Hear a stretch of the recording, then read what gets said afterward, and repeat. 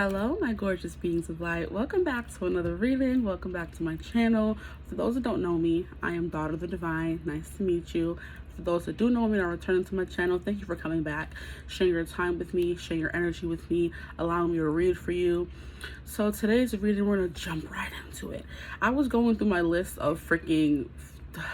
I wouldn't say hundreds of readings, but just like so many readings that I've saved up over time that I just forget about, and I have to go like deep to the bottom of the list to find a reading that kind of like had got me excited to do a reading. So I landed on how will your future spouse treat you.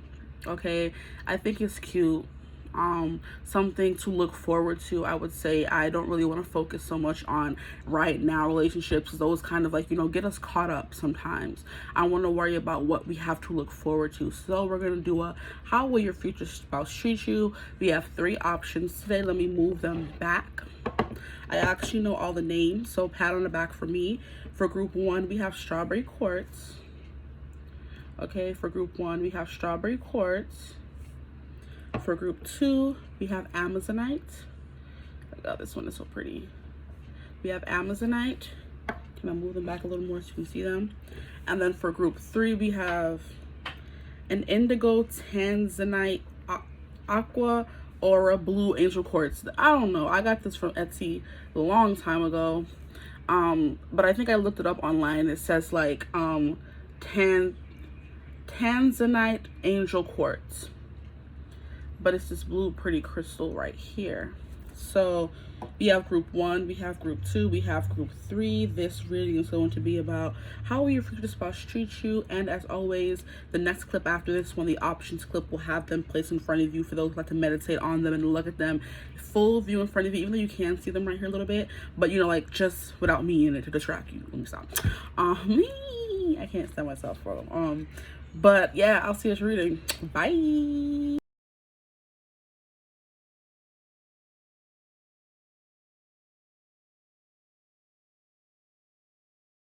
Hello, my gorgeous group 1s. Hello. It's gonna be Mrs. Doubtfire. Will your husband or future spouse be a Mrs. Doubtfire?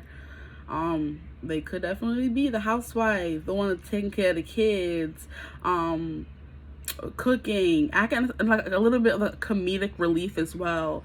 So that could be the kind of person you're calling in. Someone who's like very funny. Maybe they like putting on voices, but they're definitely the ones who's taking care of the kids. They could be the one who's more domesticized than you are. I believe that's the word. If it's not, I don't care, we're making one up. They're more domesticized than you. They have to do the cooking, the cleaning. They're very also, I don't want to say round but like they're just like giving like very just the domestic vibes. They could have like hips on them and all that, you know, because of course we're not everybody here is not watching for a male future spouse. So if you're looking for a female future spouse, she could be very like, you know, what do they call it, homely. Like she has the hip, she has the big butt, the way he would wear the bodysuit to give him like thickness, like a bosom, okay, like, you know what I mean. And like a round face. They could wear glasses, you know, chubby core, if that's even a core. I'm making up stuff. Your person could make up stuff. We're gonna get into how will your future spouse treat you, okay? But besides all that other stuff, so you chose rose, no, not rose, what am I saying? For a second, it looked like rose quartz. It's strawberry quartz. Now, I don't know the properties of strawberry quartz off the top of my head, okay? But strawberry is like giving very fun and cutesy, and it could be cottagecore. It's taking me to the whole, what is it called? There was like a trend going on TikTok. I think I mentioned this in another video where people were trying to make their face like tomato core or strawberry core, something where you would give yourself freckles and make your cheeks like very red and pink. That could be the kind of person you are, or your person is, depending on who you're watching for, a masculine or a feminine energy.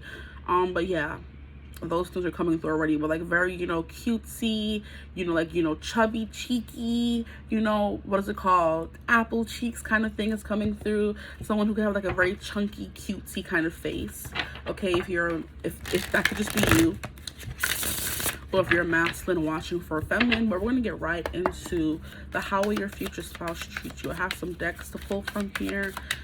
Sometimes it feels so great to just get into a reading, because sometimes my readings, I always want to have like a song that I want to write down first, you know. It's just like I be doing too much sometimes, but I love to just get to the point sometimes as well, which is what this reading will be. I'm hearing a plane traveling over. I don't usually notice those things if I'm watching the video back and I find the pile that I choose, but that can be important as well. How they treat you, you know, to jet set around, you know, flying around, traveling, treat you to trips, okay? Or I'm hearing there's someone who always has their head in the clouds. Okay, we have the star in reverse, but there's no need to take reverses for this reading. I just heard, so it's the star, okay? A dreamer. How will your future spouse treat you? Interesting. They'll make you feel like the star of the show, for sure, for sure. This person could definitely like looking at you, because the way that I'm looking at this is like from the person looking at the person's point of view. So not the person in the car, but the person looking at them. And how the star is she's immediately under the star. So it's kind of like you're the center of their universe. So that's how your future spouse is going to treat you. Like you're the center of their universe. You guys could love stargazing together. That's something you guys incorporate into not your everyday life, but you incorporate that into your relationship as a whole. It could be something, I'm hearing dating. So when you're first dating this person, that could be something you do as well. She's also sitting on a cliff, overlooking the water.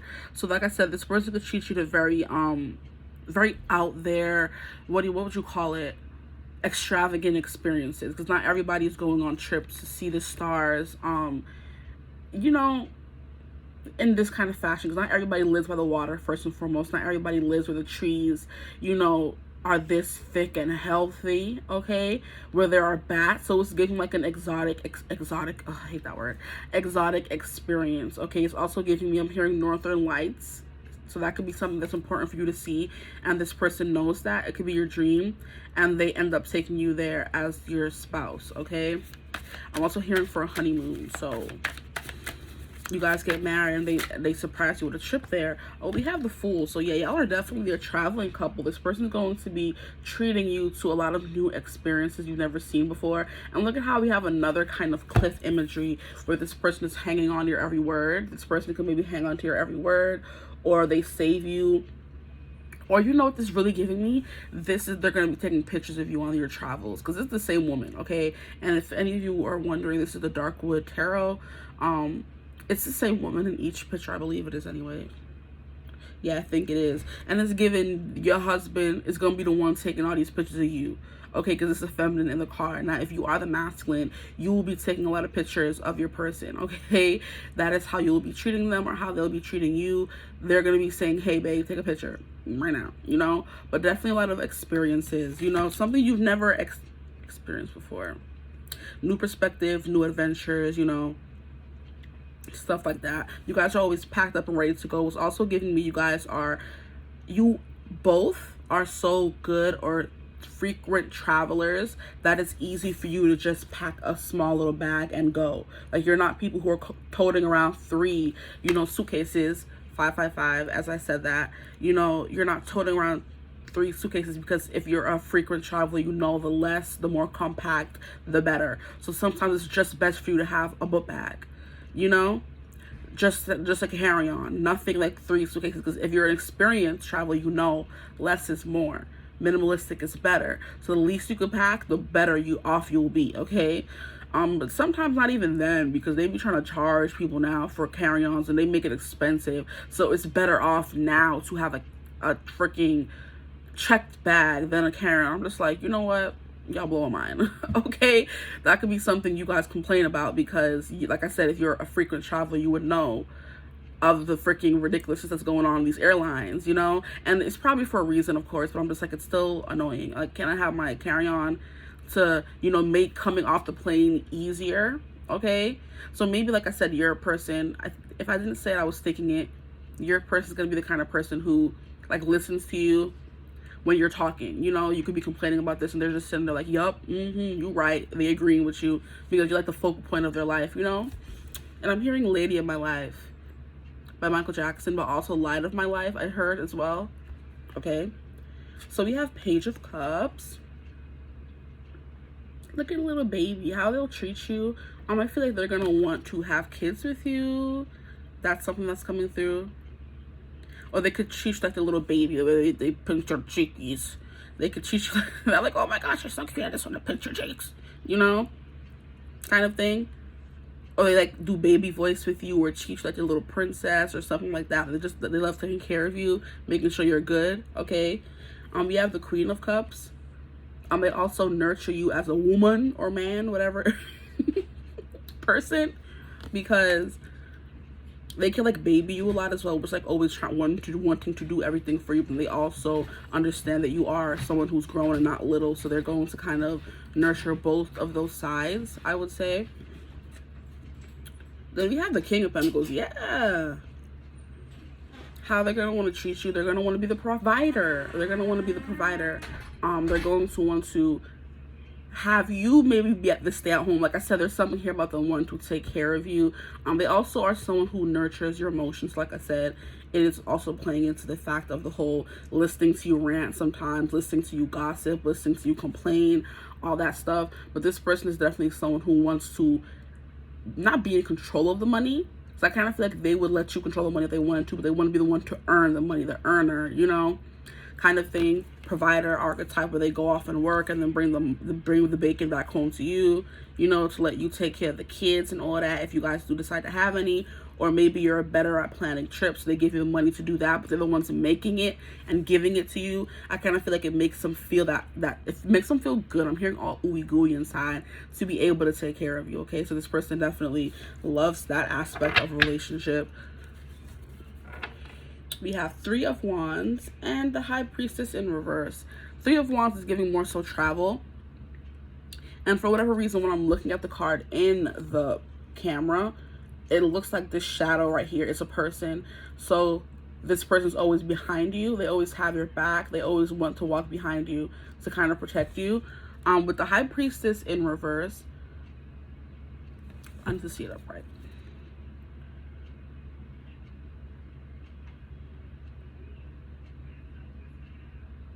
I'm hearing this person loves to hear you go on tangents, okay? And that is clarified by the King of Cups. So this person is definitely going to be your best friend. You guys are going to have like a very best friend relationship. I'm hearing you guys are making fun of each other. You guys are poking and prodding at each other. This person's definitely always listening to you, making sure your emotions, they're making you feel heard, you know? Emotionally safe. It's going to be something that's important to them. But the High Priest is also listening to like your crazy out there conspiracy theories and fantasies and your views of the world. They're going to be listening to you do all of that with the King of Cups. Just like, you know what, I may not believe in it, you know what I mean, but it's also, I'm just going to listen to you talk about it anyway, you know, because the way she has like tarot written into the scroll paper here. And this is also giving me the vibes of this person, like I said, just listening to everything you have to say. That's how this person's going to treat you. They're like a very good listener, okay? If you're talking about the books you only find on Book Talk, you know, the spicy scenes, they're listening to that. If you're telling them about a tarot reading you just saw that said this is going to happen, they're listening to that. You know what I mean? If, like I said, if you're complaining about, oh, wow, we got to, you know, bring or pay extra for carry-ons, they're listening to that. This person just wants to make you feel nurtured, you know, taken care of. Like, I'm listening to your emotional needs, I'm taking care of your physical needs, that kind of person. Okay, period. And then we have Six of Pentacles under that, which is definitely giving me a vibe of wanting to take care of you and being generous with you. They're going to treat you to gifts. They're going to be like a gift giver, you know? That could be their love language, to give gifts. So I was supposed to shuffle these again, not start looking at them. But we go where the wind takes us, okay? How will your future spouse treat? How will their future spouse treat them, my group ones? Please. I'm hearing healthy living. So they could treat you to healthy living or keep you on the straight and narrow, I'm hearing. So you could be someone who likes to eat a lot of junk, but they said they want you to be around for a long time. So they're definitely going to be there telling you, you know what, maybe you want to eat a strawberry, or maybe like I said, there's something like very childlike about you. So it could be, I don't want to eat my vegetables, or I don't want to eat my fruits. They have to kind of sneakily find ways, like a mother hen, to kind of, so they like to mother hen you, like, oh, I have to sneak vegetables into our dinners because I feel like they're going to be the one that's cooking, or most of the time anyway. You could be a cook as well, but they like to do that, you know, whole domestic vibe, you know. But I'm also hearing stay at home dad influencer is what I'm hearing as well. So they could be very good cinematographer, taking videos, and while you're working, they're bringing in the bacon at home with the kids, to filming content, stuff like that, or filming cooking videos, because we know there's nothing sexier than a man that knows how to cook, okay? Child, but you're not gonna tell me. And these guys in these, you know what, I'm getting like a very wholesome approach. I don't know the guy's specific name, but he's like I think he's a Korean video talk, right? Like he films himself making meals, cooking, and he's like just very wholesome, very cute, and he always ends the video, "You want some?" And I'm like, yeah, hell yeah, I want some. Put some through the phone, child. Put some through the phone. Like, you ask if I want some. It look mad good. Yes, I want some. Even if I don't eat that, I want some. Okay?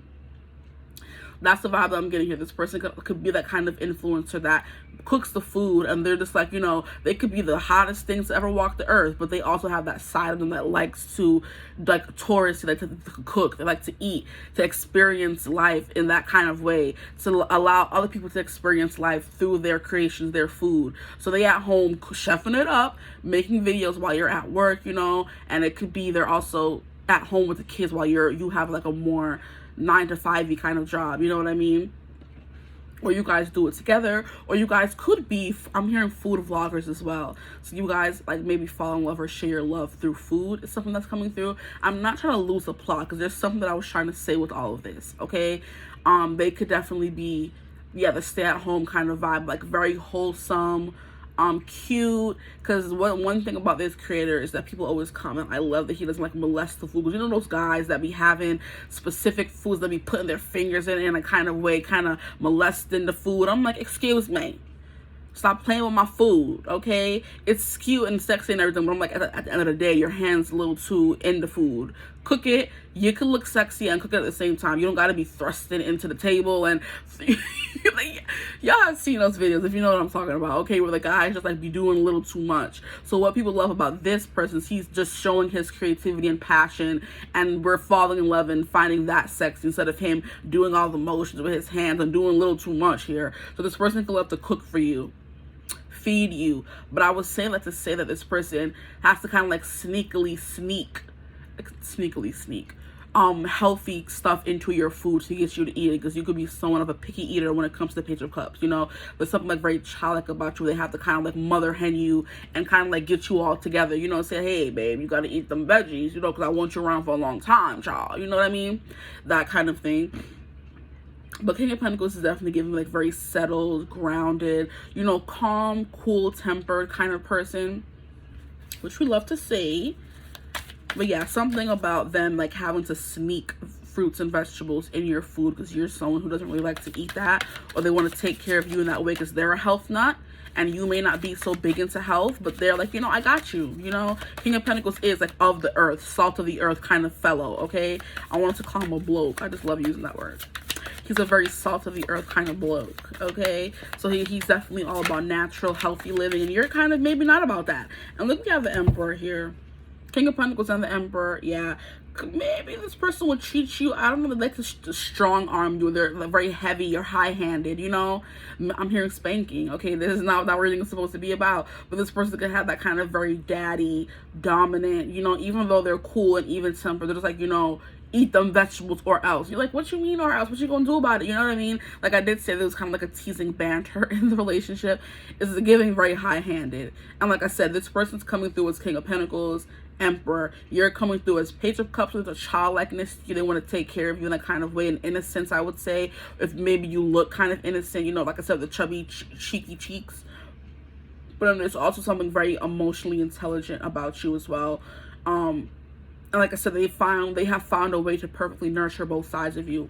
Emperor, very heavy-handed, very high-handed. This person's definitely going to try to get you to see their way more often than not. Very, I don't want to say persuasive because it's not giving persuasive. It's like, it's not domineering as well. They're just like very, I don't know, they're good at getting their way or getting you to do things they want you to do. But I feel it's also for your highest good. It's not something that you shouldn't be doing. It's not anything bad or negative that you may not, you know, not you may not want to do, because you may not want to do it. You may not want to eat healthy. You may not want to do this and that. You may not want to exercise, but they're telling you, hey, this is going to work better in the long run. Do you not want to live a long, healthy life with me? Kind of, you know, not guilting you into it, but kind of persuading you in that way. What's the word that's trying to come through?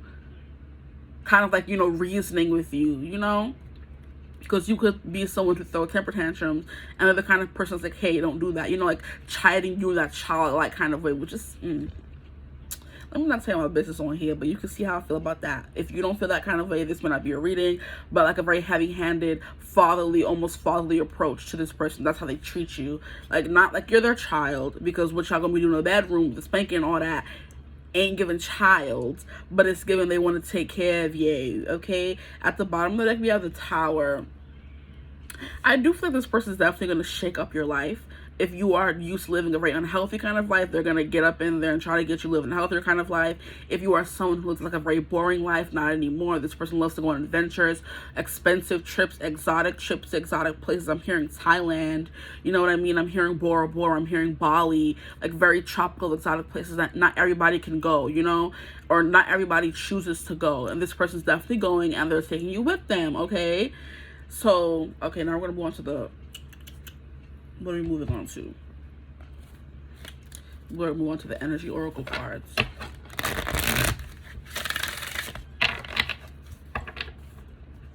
They're definitely going to be very emotionally attentive. Is the word I wanted to say. They're emotionally attentive. They're always going to ask you, how was your day? How are you doing? You know what I mean? And they want you to be honest with them, you know? That could be something that you went through as a child, which is coming through. You didn't feel seen, you didn't feel heard, you didn't feel understood, or nobody ever asked you how you were and actually meant it. And this person actually means it. We have blossoming abundance. This person is going to show you how to handle money better. I tell y'all, I'll be so damn nosy. Like, what's the card? Like, I can't see the card. Like, you don't got to see my big old head. We have blossoming abundance. This person, how they will treat you. They show you how to use money better, spend money better, save money. King of Pentacles is definitely someone who's good with money. And Emperor is someone who may have, like I said, have built there's someone who have built a social standing or a comfortable life for themselves, okay? They could be someone who runs multiple companies or multiple social media platforms is what I was hearing. Because those content creators, I'm pretty sure they make a good amount of money. Because what I was thinking when I was watching videos of that, like, everybody loves food. Like, there are certain content that only a specific demographic will want to watch, like makeup. Men don't want to care about makeup. Hair, men don't really care about hair. But food, that's universal. Everybody loves to eat. Everybody loves a nice meal. Everybody loves to watch somebody cook. So if you have a platform where you're good at making stuff like that, oh, you're gonna go far. Because that never gets old. It never, you know what I mean? Nobody's ever gonna be like, oh, I'm sick of watching people make delicious food. You know, I'm sick of people doing makeup. I'm sick of people doing hair. I'm even sick of tarot readings sometimes. But I'm never gonna be sick of watching somebody cook a good meal now. You know, so it's something that appeals to the masses. And this person could have built like a conglomerate off of that. And they're good with their money. And they're teaching you how to be good with their money. Because I'm pretty sure, I do feel like video blogging or food blogging is something that they do. They travel places and cook food. And I'm also getting like this person could like have this person could live like a very natural life. And there are some videos that you can't tell me watching food, but I never used to before. But I'll just be on YouTube sometimes, and YouTube shorts be having me down the rabbit hole, man. It's never on Instagram and it's never on TikTok. It's always on YouTube, and the YouTube shorts where people are cooking out in the wilderness, no kitchen to be found. They're collecting the ingredients and cooking it just with a fire and some pots. You know, that could be the kind of person they are. They do stuff like that, or they live in a place where they're able to do that. You know, cook stuff in the wild, in the wilderness, and it's like very wholesome. They grow their own ingredients, grow their own food. Like I said, the salt of the earth type. And this person's kind of introducing you to those things. I'm here whether you like it or not. I am screaming. What they're not gonna do is be, you know. We have a healer of the ages. Yeah, this is someone who could heal.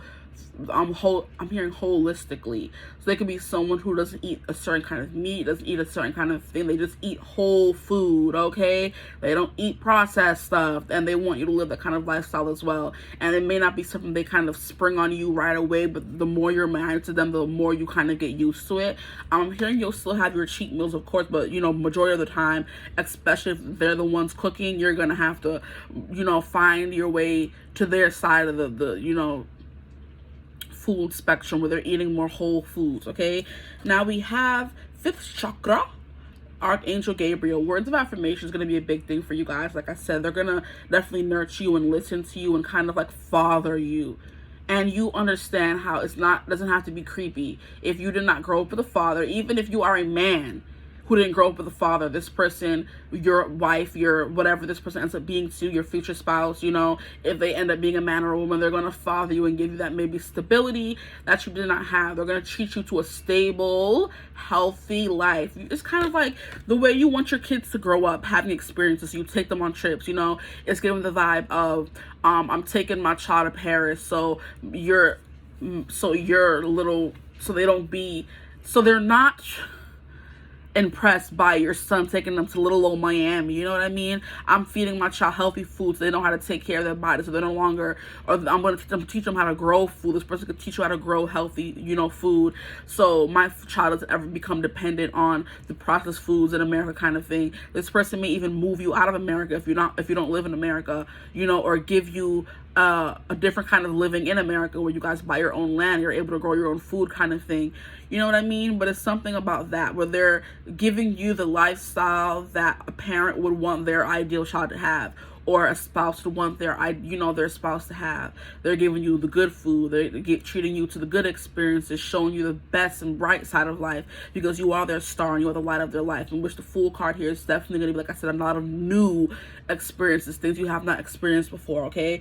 But with the Healer of the Ages, they could definitely be a healer through food. Those videos on Instagram, social media, YouTube are very healing for me, because it encourages me to want to eat healthy, to actually use whole ingredients, kind of thing. I don't got the funds for that, you know, in my life right now, but it's encouraging me to one day strive to have that. And that's what this person could be giving you in your life. Now with the 5th chakra, okay, Archangel Gabriel, it's the throat chakra. So I feel like this person is definitely going to be affirming to you, kind of thing. So this person is, like I said, going to be fathering you, mothering you in that kind of way, but doing it from a spouse standpoint, which is what we all strive, well, me anyway, because especially if you did not have that stability in your childhood, this person wants to provide that stability for you in your life. If you didn't get to go on trips when you were younger, they want to provide that for you. You weren't able to eat healthy foods, you couldn't afford it, they want to provide that for you. You know what I mean? I just saw 24, 44. So that stability, that stable, happy home is how this person's gonna treat you. So like I said, the Mrs. Doubtfire, the kind of, like, I know we watched that movie and how he was the father for real. Robin Williams pretended to be the Mrs. Doubtfire to spend more time with his kids because their mother was being and saying, oh, I don't want you around them, you're not serious. Like, how you gonna, hey, I understand you want the best for your kids, but what is best for your kids is having a father who wants to be there in their life, no matter how long it may take him to get his life together. Don't have them kids thinking they father don't want to see them, because that creates more issues, I would say, than them having a silly, goofy father. You know what I mean? I'm trying to keep the kids from their daddy. And that's what she was trying to do, child. And he had to pretend to be the babysitter, dress up in all kind of stuff just to see his kids, which I feel like was ridiculous. Now that I'm looking at it from an adult point of view, I'm just like, she really had him doing all that. But I feel like that whole thing, you know, maybe putting on the thing to take care of you, putting on the front, or putting on the it's an act. They're putting on the costume of father, of nanny, of nurturer, of taking care of her. And I just saw 2555, so 555. Second time I'm seeing 555 in the reading. So a lot of change, upheaval is what I'm hearing. And that's what we have with the Tower, okay? So what else am I going to get? We're going to get some cards from here. I already shuffled them before the reading because these shuffling stupid. And I find when I shuffle on camera, it makes the cards everywhere and it makes no sense. Okay, so how else will their future spouse treat them? We have mending. Yep, mending the wounds that was left over from your childhood, of having nobody really care for you or take care of you the way you may have wanted to be taken care of. That's what I'm getting with that Page of Cups. They're definitely going to be healing that inner child that you have, you know, nurturing that curiosity, that intuition, that wanting to know everything and explore the world kind of vibe is what this person's going to be doing, nurturing that in you. Because we have the Page of Cups and just keep looking at that. It's like a little child. They're healing your inner child, this person, mending the inner child. We have the Blossoming Abundance card here. It's giving Empress vibes. So this person's going to act as your Empress, which I love. It's so beautiful. No matter what the gender may be, it's an energy, not a gender. The feminine, divine feminine Empress is not a person, it's not a gender, it's an energy, okay? The mothering, come and lay on my bosom, I want to take care of you kind of vibe, okay? Now we have the Milk and Honey, okay? How they gonna treat you? You are going to be lapping it up, living the life, okay? Look at, we have the Elephant just basking in the honey. This is always all the good things in life. It's giving 10 of Cups. So like I said, you're going to be fully emotionally fulfilled. This person's going to take care of your emotional body, okay? And physical body as well. That's definitely what this person's going to be doing. You're going to be like a freaking elephant living like trampling around, having a blast, okay? And we have 50. Wow, we have 51 coming out twice. We have 51 in this card and 51 in this card. So maybe some of y'all people is 51, which is why they're more established in life. They're the Emperor and King of Pentacles, because they have more time to kind of get established. You know, it doesn't have to be, depending on your age as well. You know, this person could be way older than you. I mean, future spouse could definitely be a mature. They are a mature energy, but like I said, in age, it could be like a big age gap. It's something that I'm getting here, because we have King of Pentacles, Emperor, which is giving grown folk, and then we have the Page of Cups, which is like an innocence to you, and they just want to pinch your chubby cheeks kind of thing. So there's something here about maybe you being younger than them. I'm using the Halloween Oracle. I don't care if it's not Halloween, mind your business. How will their future spouse treat them, please? So it's giving acts of service, words of affirmation. I feel like you're getting the whole gamut. Like your person, their love language is all the love languages, okay? Which I feel like we love to like have a pinpoint. I want all of them. We love to pinpoint certain love languages, and we're just like, excuse me. That doesn't mean we don't want all of them, you know? Okay, wow. We have joy, rejoicing in the present. This person could help you stay in the present, remain in the present, not think so much about your past and what happened to you. It's like living in the moment kind of thing. And that's definitely what the Fool card represents for me as well. This person's gonna treat you like a star, okay? The main character of their life, you know? They may end up being the supporting character to your main character, and that's how they show you they care. They're the supporting character to your main character. Not saying they're not the main character in their own life or to the rest of the world, but when it comes to your relationship, they definitely want to make you the main one, okay? Now we have Skull of Light, Illumination, a lot of lessons. It's just this person's going to be the bringer of light, because you are the light of their life, is what I was hearing. So they're gonna make you. I said it already. You're the light of their life, so they're gonna bring that light to you, you know, and kind of help you build in that kind of way. And with the skull, it's giving me like wounds. So it's like this person's definitely going to be healing a lot of that, bringing light to those wounds. Maybe they're wounds you didn't know you had, and they're healing them in this relationship. Child, I love that for you. We have risk and reward. There is no risk without reward. And you see what I'm saying here? This is giving healthy living, what I was saying. It's giving healthy living, how it's a labor of love. The food they cook for you is a labor of love. It may not taste the best. Maybe they know how to make it taste good, but it's a labor of love. It's not just something they're doing to poison you. You may think it's poison because it doesn't taste the best, but it's still made with love. Okay? It's made with love. Like, there's no reward without risk. And that could be a lesson they're teaching you.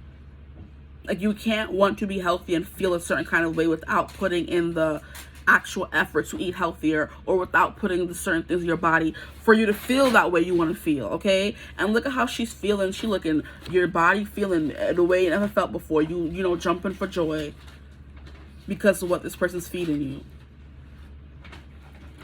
And then we have a mummy, change, okay? This person bringing some change in your life, which definitely came through with the Tower, that upheaval. But the way it came out in reverse, I feel like it's like good change. The Tower, can the Tower card ever be good? I'm getting it's a good change. It's a good upheaval. They're telling you, stop eating all that this, stop eating all that this, come for a walk with me, come for a run with me, and they're changing your lifestyle, okay? Making it better, more healthy, so they want you around for a long time. And if you are someone who's younger, who ends up with someone who is very much older, there's a reason why they still look good and you were attracted to them in the first place, because they out here 50-something years old, looking good, attracting you, a nice young, you know? It's because, listen to what they're saying, because they obviously know how to live a good life to end up looking that way. Of course, it could be genetics as well, but I do feel like there's something about them, you know, having and living that good life. Eating the good food, working out. We have love language is physical touch. A tender touch means so much, okay? How they're going to treat you. They're going to be all over you, kissing up on your neck and all that, as they should, holding you. Something about holding your thigh, holding your waist, behind your, what do we call it, behind your back, at the bottom of your spine, is what I'm hearing as well. That's how they're going to treat you, right? All up on you. We have physical connection. Stop playing. We have the sacred union of bodies, two becoming one. Okay, so that's going to be a very big thing for your connection. It's funny how I wasn't getting that in the cards, but it's coming out. This is why we love oracle cards, right? Because it's giving us more, you know, insight that we weren't getting before. But I want to say something about body. They want your body to be healthy, because this person got like a vigorous appetite, if you know what I mean. It could be regular appetite, could be a sexual appetite, and they want you to be able to keep up with them. You know what it's giving me? Let me finish the cards and then I'll tell you that story. Yeah, if y'all ever read the 50 Shades of Grey series, and there is a specific scene in the book where Christian Grey ends up hiring like a physical trainer for Anna, because when they first started getting together, he is someone who likes to go all these rounds, and she was always getting tired after like maybe one round, and Christian was like, nah, we gotta build up your stamina, you know. So he wanted to hire a a physical trainer for her. He wanted her to eat healthier. He was very adamant about her eating. Whenever she would not eat, he would get upset. So he very took off. That is the vibe, a very high-handed fatherly figure, but it's like a labor of love, okay? And I'm seeing 3-3-3-3.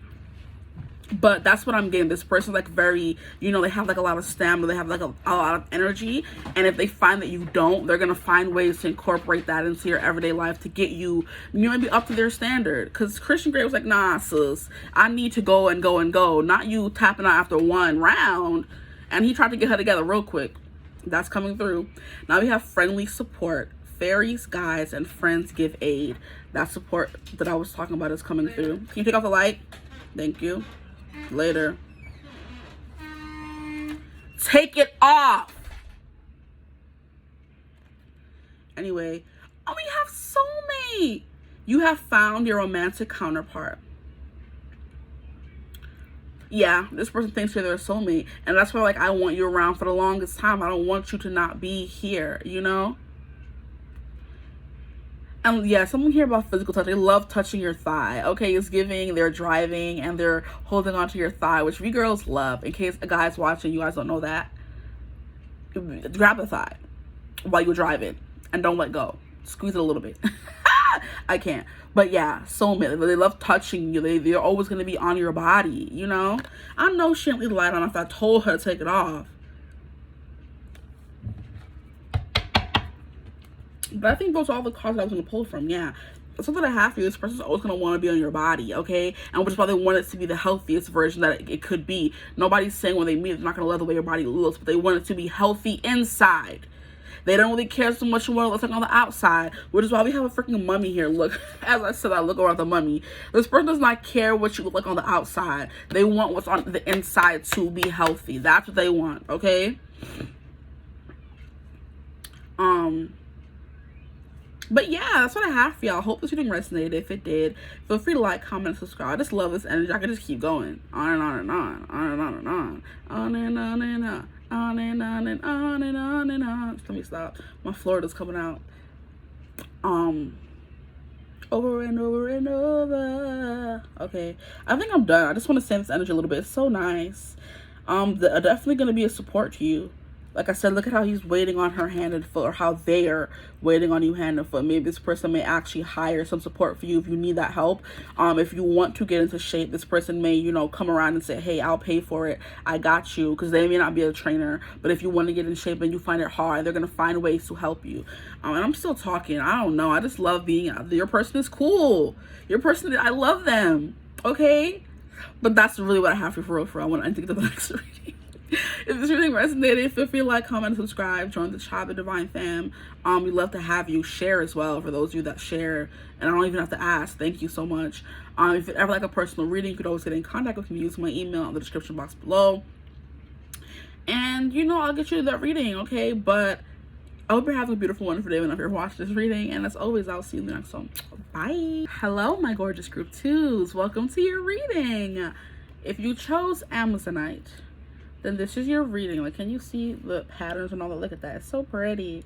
I love this. You're in the right place. Welcome. This reading is going to be about how will your future spouse treat you, okay? That's what we're going to be going over in this reading.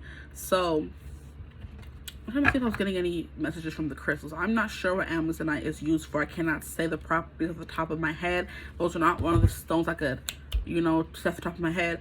But it definitely always gives me vibes. It's just like, you know, what is it called, having layers. You know, someone who's more than meets the eye. So your future spouse could be someone who's more than meets the eye. And you have to kind of, the more you know them, the more you're married to them, the more you kind of peel back the layers. You know, you can't just date them and then you're engaged to them, and you'll still never fully know them. You know, it's like an ever unfolding rose. You're always gonna be finding new things to learn about this person, or vice versa. They're always gonna find new things to learn about you.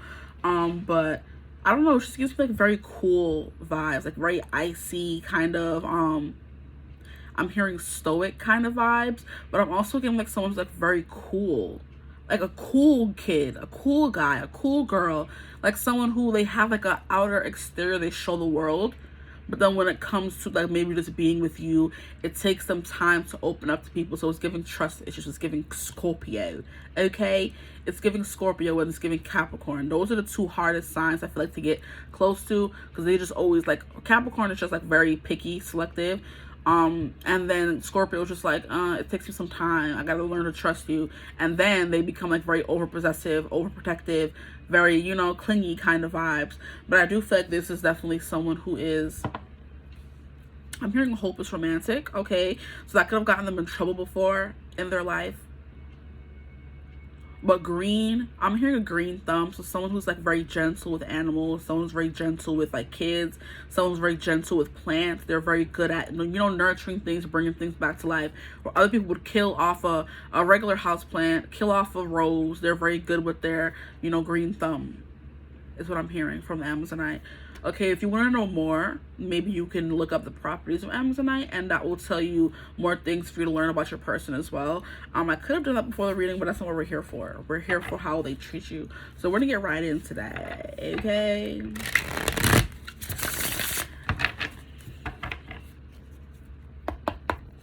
Why is the song that I was singing at the end of group 1 coming through for y'all? Or it's just stuck in my head, which happens. I'm hearing over and over and over. On and on and on.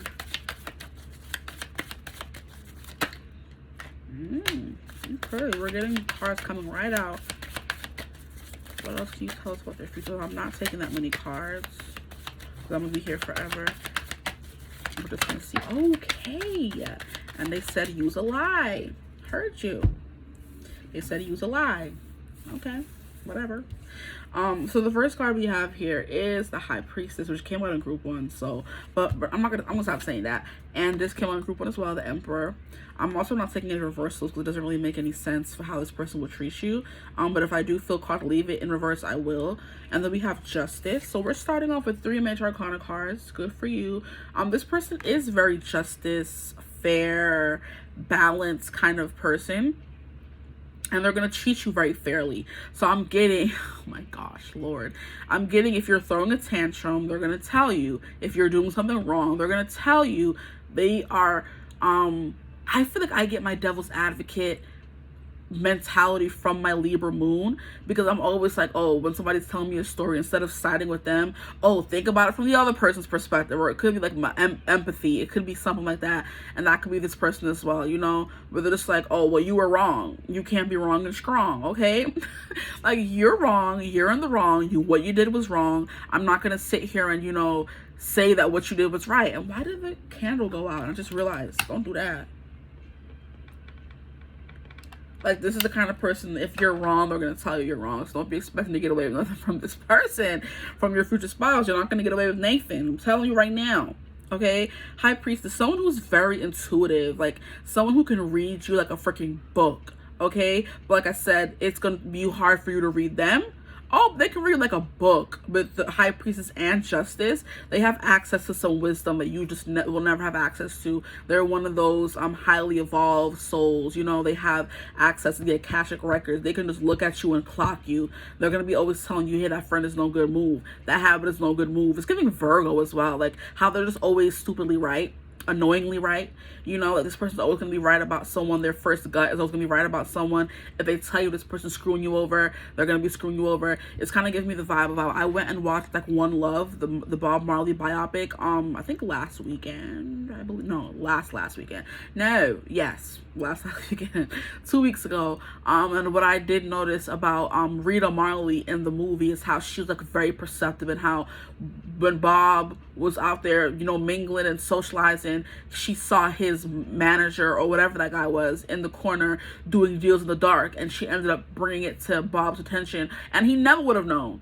And I just saw 5:44. Like, he never would have known if Rita did not bring it to his attention. And then he ended up wailing on boy 555. I'm seeing 555, wailing on him in the movie, saying, "I told you to not betray my trust." Da, da, da, da.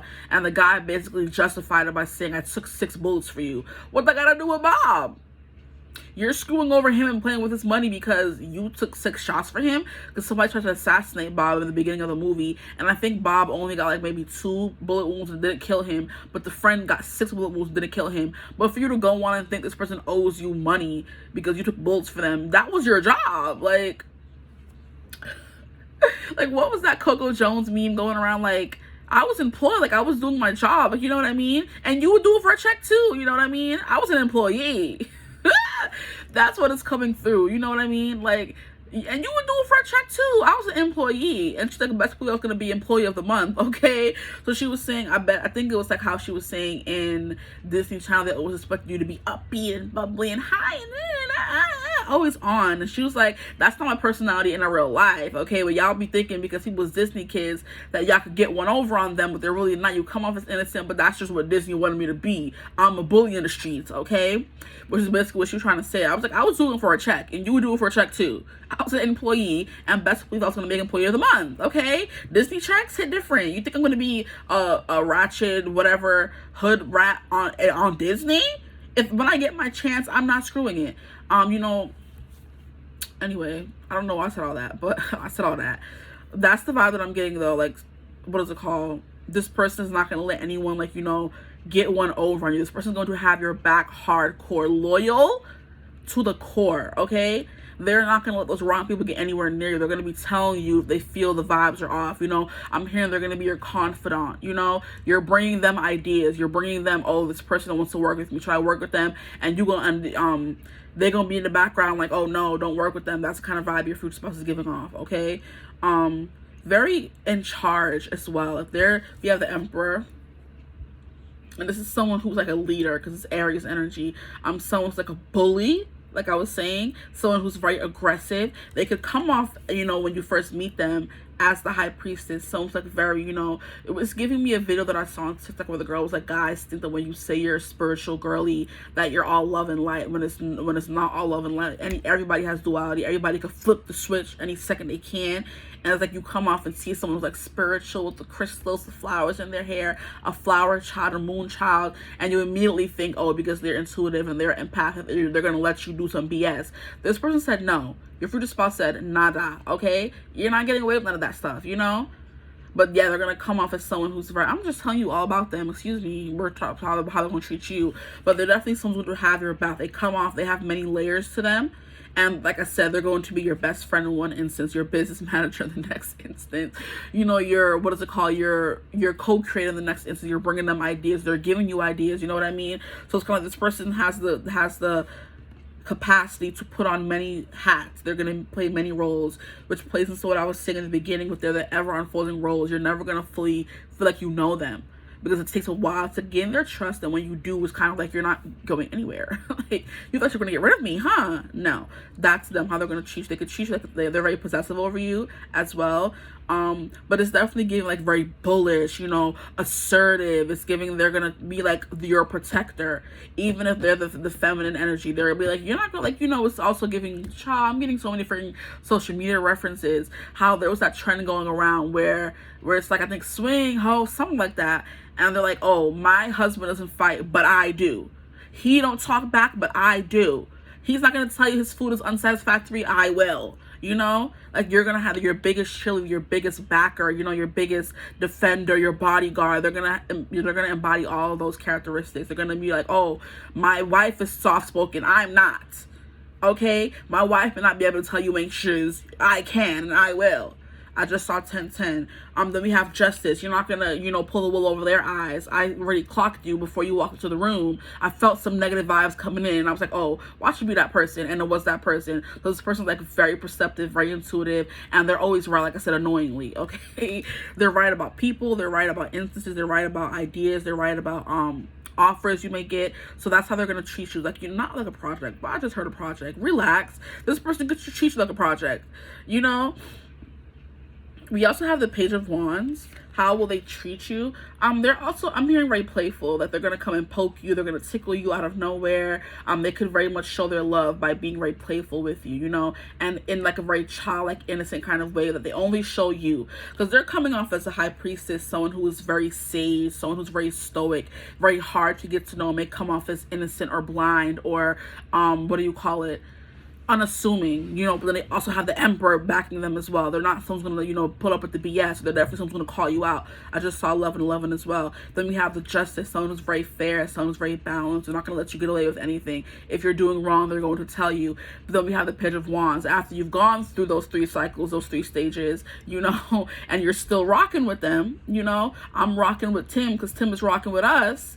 That social media sound, once they realize that you're rocking with them and you can deal with their very intense, maybe moody, mercurial personality shifts, then they show you the more playful side. So they're going to be someone like very playful with you. They could, like, you know, want to play, I'm hearing hide and seek and tag. Okay, they have like a very childlike kind of personality, but like in the adult way. It could be in the childlike way as well, which makes them, like I said, very good with kids and animals, and they have a green thumb and all that stuff.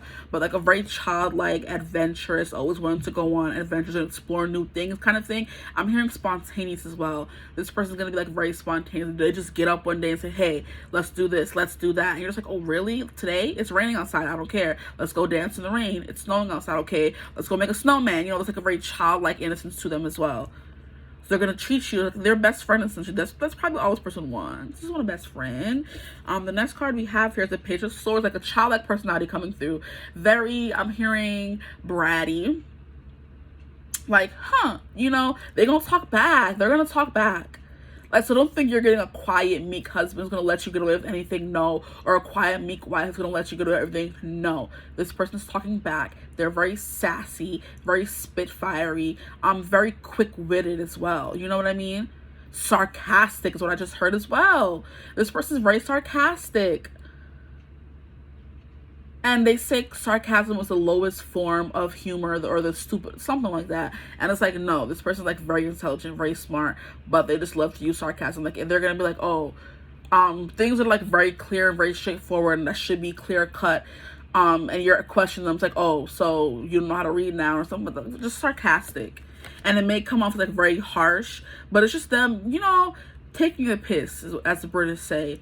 They're not doing it to be mean. It's just a part of their personality. It's just like, isn't it obvious? Like, why are you asking the question? Like, do I love you? Is it not obvious that I not just, you know, scrub the freaking, oh my gosh, why is this visual, the specific one coming through, that I not scrub the crust off of your feet like just last night? If I didn't love you, if that didn't show that I loved you, what will? Okay, that's what I'm getting from this person as well. Then we have Strength, another major arcana card. This is someone that's very strong. I do feel like they're strong against temptation. They're not someone who could be easily fooled, easily taken advantage of. This is someone who's very, like I said, woke to the BS. Like, their third eye is raging, bro. Like, you can't get anything past them. They're the mother that's gonna be able to see things in the back of their head. Okay, I'm hearing quick reflexes as well with the snake here. I think it's a snake, right? It's a snake. It's giving snake charmer. Like I said, they're good with animals, they're good with plants, they're good with energies, they're good with environments. Like, as soon as they walk into the room, they change the whole energy of the room. That's how much strength and power they have. They can control energies around them and in the room. So if they come with a bad mood, everybody's going to have a bad mood. If they come with a good mood, everybody's going to have a good mood. So how does this transfer over to them? How do they treat you? They're going to be like someone who's very strong for you. They could be definitely someone, if they mess with the witchcraft and all, they're going to be putting stuff on people for you, or taking them off. I'm hearing they're like, oh no, I don't do that. They're taking it off for you. So if people are putting things on you, they're going to be the one behind you, you know what I mean, protecting you, saying, oh, this person want to play hardball, huh? They're going to be throwing things back and, you know, reversal, stuff like that, you know. Like if somebody's sending bad juju your way or sending bad vibes your way, they're gonna come in front of you like, oh, you thought so. Not my man, not my woman. Bye. Go back to where you came from. You know what I mean? Throwing herbs on you. I can't. That's how they're gonna treat you. They're gonna treat you like they're gonna be very passionate and very protective over you. Very witty with you, very bantery with you, very bratty with you. Like they're gonna talk back for sure. Like I said, that sarcasm coming into play. The last card we have here is the Three of Wands. Okay, so very adventure seeking as well. They're gonna want to go on adventures with you. Did she just suck his blood? I know she didn't. This card came out in group 1 as well, so you may want to watch group 1 if you feel called to. That could also be an aspect that this person brings to the marriage, or that could be, I don't even want to say because I confuse myself when I do that. I didn't notice that this guy on the floor, she just sucked his blood because she has like blood trickling down. So this person may drain you. This person may wear you out when they treat you a certain kind of way.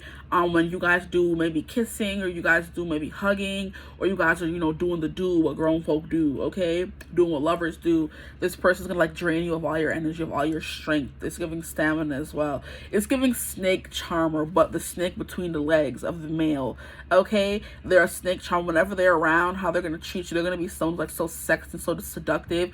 Just being around you, you're pitching a tent. If you're a masculine, you know, or if you're feminine, just being around your person is gonna have them pitching a tent. You know, take it as it resonates. But they have like that powerful energy. Like I said, if they're feeling, you know, the vibes, if they're feeling in the mood, and they come around you, you're gonna be feeling in the mood because their energy is that strong. It comes off of them in waves. I'm hearing it comes and goes in waves and carries us away. So Waves by Dean Lewis. I'm like, what that man name is? Waves by Dean Lewis. This person's, their energy, it comes in waves. Their personality comes in waves. Who they are and what they're willing to show you comes in waves. So they're gonna treat you, treat me like I treat booty rocking. Oh no, I do it right. Treat me like I treat me. Yeah, make me feel so nice. Treat me like I treat me. Love me like I love you completely and deeply. Oh. Treat me like I treat me. This person's gonna want you to treat them like they treat themselves. Okay, which is high esteem. They carry themselves with a sense of grace, royalty, regality. Okay, and they're like, treat me like a queen or a king, or go about your business. Not even treat me like the emperor or the empress, or go about your business. So this person's like very equal, you know, like how I treat you, and it's how I want to be treated. How I treat myself is how I want you to treat me, okay? I'm teaching you, showing you how to treat me with that Justice card. Very balanced. How I'm treating you, you better show it back. How I'm treating myself, you better recognize. You better recognize, okay? That's what's coming through. And this person may just suck you dry. Why not just take an 18+ turn? How they're gonna treat you if you're like, I feel like if you're a female or feminine, they're gonna suck you dry. You're gonna be feeling boneless and weary and weak. When you're around them, I feel so weak and things I can hardly speak. I lose control, and something takes over me when they're around, you know. And it's so amazing. It's not a phase. I want you to stay with me, but by my side. I swallow my pride. Your love is so sweet and not torn off my feet. Boom. How they're going to treat you, they're going to make you weak in the knees. They're going to, you know, make it feel like there's waves overcoming you, waves of emotion as well. This person's going to make you feel a lot. It's kind of like putting you through the ringer. We're just like, oh my gosh, how much more can I take? But you love it because every day is a new adventure. You don't know who you're going to get. You don't know if you're going to get the High Priestess that day. You don't know if you're going to get the Emperor that day. You don't know if you're going to get the Justice person that day. You don't know if you're going to get the Page of Wands. Are you going to get the Page of Swords? Are you going to get the Strength card? You don't know what you're going to get. This person keeps you on your toes. Mercurial, if I ever heard it. Okay, I'm gonna keep going and see how this person treats you. They also light the way for you, so they definitely, what's it called? I might acknowledge you. No, they wisen you up. They teach you a lot about life, okay? With the Three of Wands. I'm hearing force. Okay, relax. These words are not giving, okay? They definitely encourage you, inspire you to take action. you know, to do things for them. You want to kind of, you know, worship at their feet, worship at their altar kind of vibes. And it's kind of like the way, you know, they treat people how they want to be treated. So they're treating you a certain kind of way, you're going to want to give it back to them. Okay, in waves, I'm hearing. In droves. We have community. I want one more card. Okay, I said one more. Thank you. Oh, and a card already has flipped over in here, so I guess we're taking 4. 2 flipped over in here. Oh, yo. Sure is. Okay, so we have, I'll take the ones that flipped over already. So we have, why do we have contract with freaking justice? Come on, stop playing. Relax. We have community. This person's definitely going to adopt you into their community. They're going to make you feel like they have a whole community. They may feel like they're a whole community, just them alone as an entity. They act as, like I said, best friend, confidant, lover, manager, you know, protector. They're going to be taking on so many roles in your life, you know. It's going to feel like you have a community around you. And we have 7, which is the Chariot card energy. Victory. They lead you to victory. You know, they are a one woman, one man team. You know, when they're with you, let me stop. I can't stand myself, guys. I can't. I'm done. When they're with you, it feels like you have a whole army behind you, which is that Strength card, you know. They're able to turn the tides just by using their sheer force of will alone, their energy, their empathy, their devil's advocate-ness, their, what is it called, their intuitiveness. That they're just able to kind of turn the tide in their favor all the time, which then trickles down to turn the favor in your tide, because they're also being that person for you. You know, being that person in your life that's telling you, hey, that may not be the best idea, guy, or you know, babe, or something that may not be the best idea. They're always leading you to victory. They always have like they could also have a community rallying around them. So they're just like someone who's they're very strong, you know. They're strong because they have people backing them that are powerful as well. Okay, we have contract. This person's definitely going to, I don't know, they're going to be helping you with some contracts. Okay, if you are someone who has to sign a lot of contracts, and you know you are in contracts and inquisitions, I think it is, or acquisitions, who knows, acquiring things, acquisitions. They're definitely going to be the person. They're like, hey, this is not the best idea. They're going to keep you on the straight and narrow, keep you on the up and up morally. They're not going to have you doing no backstreet deals, no back alley deals. They're not going to be having you do no back-a-bush deals. They're not going to be having you do none of that. They're going to be, oh, you need to keep on the up and up, stay on the up and up if you want to stay with me. Because you're not going to be having none of that and negative energy coming from me. Okay? Thank you. Thank you kindly. So how they're going to treat you, they're definitely going to be your confidant, who you go to for advice, you go to for business advice, stuff like that. Because they could definitely be someone like I'm hearing a ruthless businessman or a ruthless businesswoman, like, period. Then we have Goddess of the Moon, which is definitely playing into the whole freaking High Priestess vibe. They're going to be a goddess. They're going to treat like a goddess. Or I don't know. It's just like giving this person, it's just like a lot. You may find it hard to live up to their expectations, you know. How do they treat you? Like I said, they bring down sacred knowledge from the ether, sacred knowledge from the other world, sacred knowledge from the 5D, from the Akashic records, and they're always constantly teaching you new things, because this person is always evolving. They're always ascending, you know.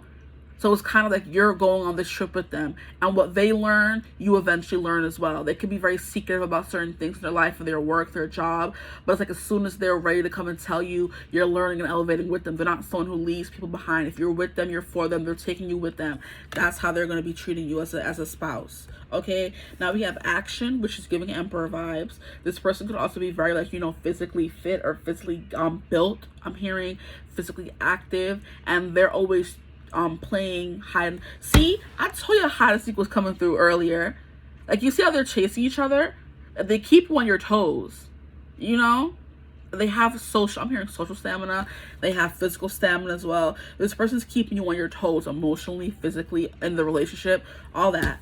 Okay, now we have the Garden and the Gate. And what was I saying about a green finger and a green thumb? This person's like very, what is it called? They like to be outside, they like to be in nature, and that they treat you that way as well. They like to water you. They like to, you know, what is it called? Help you grow, help you become a better person. That's how this person takes care of you. They help you grow spiritually, you know? That's the vibe this person's giving. For the High Priest to be the first card coming out, yeah, this person helps you evolve spiritually. That is definitely going to be their job in the marriage. Because they're constantly evolving. You have to be able, like I said, it's going to be an ever-unfolding roles. The person who they are when you meet them is not going to be the person they're always going to be. They're always going to be ascending, gaining more knowledge, becoming more spiritually evolved with Goddess of the Moon and the High Priestess card. And that could be a part of their business as well. They could be like a tarot reader in the spiritual community. Or they build herbs. They have people coming and doing consultations. They're, you know, getting rid of certain, you know, what is it called? Traumas, curses, stuff on people. And that could be something you have to kind of deal with. They treat you, like I said, they can kind of, you may have to talk to them about this, they could treat you kind of like a project, or treat you like someone who they have to heal or help kind of thing. And you have to remind them that, hey, we're equal in this marriage, okay? What you're not going to be doing. But I do feel they also teach you equally, because you have the Justice card here. But that's more so giving, they hold you accountable for your actions. You know, you may have to tell them, I'm not a project, I'm your partner. I understand you may be more spiritually or, you know, evolved than I am, but I'm still someone who you chose to spend the rest of your life with. Don't treat me like a project or someone who's like beneath you. Like, you know what I mean? This person could have a tendency to treat you that way because we have the Goddess. They think they're the Goddess. They could have like narcissistic tendencies, or because they're so highly revered in their, what is it called, career of choice. It could, they could have an ego on them. That's just coming through. I feel like I have to say that. Well, they're definitely going to transform you. You know, if they're growing, you either coming with them or you can go. And that's just how it is for them. No hard feelings vibe. Like, you're going to keep evolving. We're going to keep being balanced. They want that balance as well. So if you kind of feel them getting in that energy of like treating like a project or somebody they have to fix, that means they think that you're not on the same caliber as them, and they want you to fix that. Okay, interesting.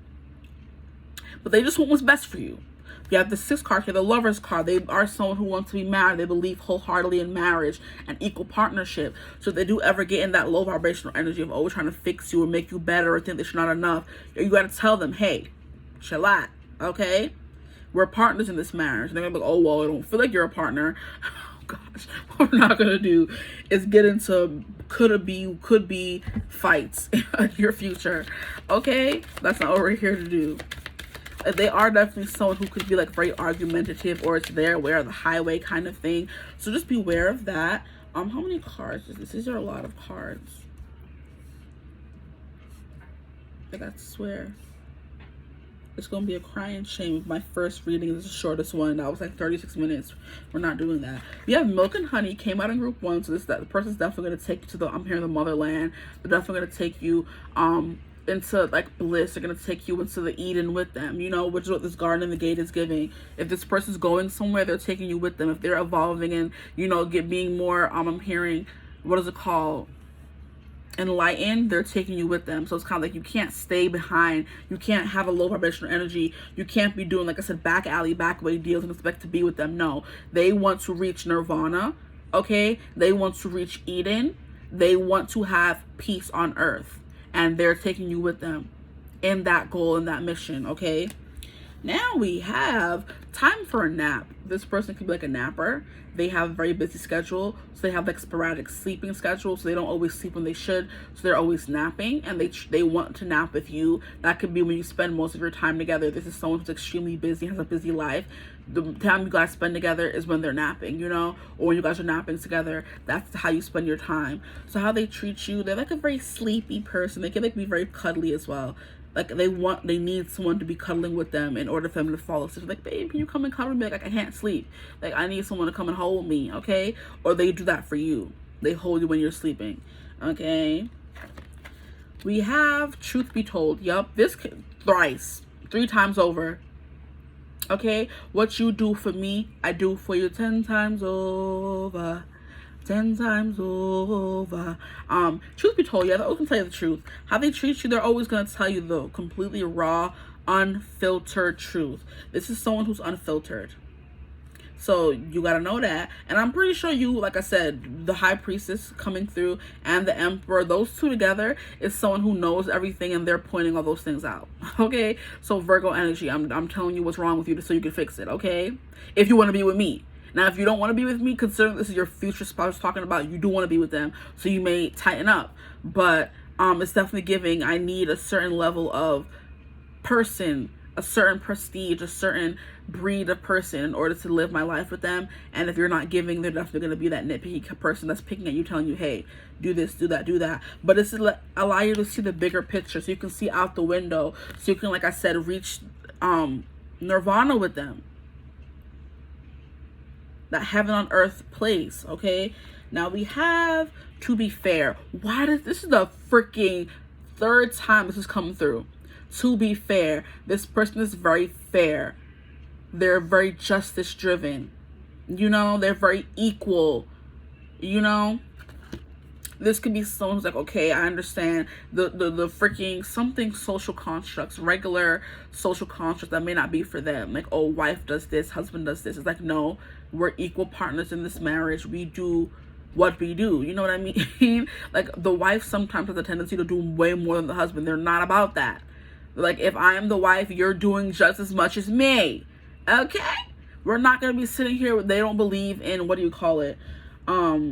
Giving rewards to people who haven't earned it. They don't believe in doing more of the work because they're the female or they're the male. They are not into that. They're like, okay, we're equal partners in this relationship. We're doing everything together, or we're doing everything. I mean, we're doing everything together, of course. I just saw 3131. But what I do, you do. Thank you. Right? Okay. It's the whole thing with how females want to be, or women want to be paid equal as men, because we're doing the same work, if not more. We're definitely going to be equal partners in this relationship. That's the third time that's coming through. Okay, we had to be fair, we had contract, and we had justice coming through. Okay, if you don't, I don't feel like taking it out because it's going to mess up the spread, but I will for y'all. The things I do. We have contract with the scale. We have to be fair. And this person does not rely on their eyes. They rely on their gut, their intuition, their feeling. Like, I'm sitting here, you know, judging you. This person's judging you. They're judging everyone, honestly. So don't take offense. This person judges you not by eyesight, but on, is that like a verse in the Bible? Not by eyesight, but on my trust in the Lord, something like that. But then we have justice coming through here. The 3 times over, fairness and balance is coming through. So that's something that's going to be very big in your relationship, being treated fairly, you know. Put these back. What you do for me, I do for you 10 times over. Yeah, this person's definitely going to be the person you go to when you need to sign a contract, you need to learn some information about something. That's how they show they love you. But help you be a better person. So like I said, don't take offense to it.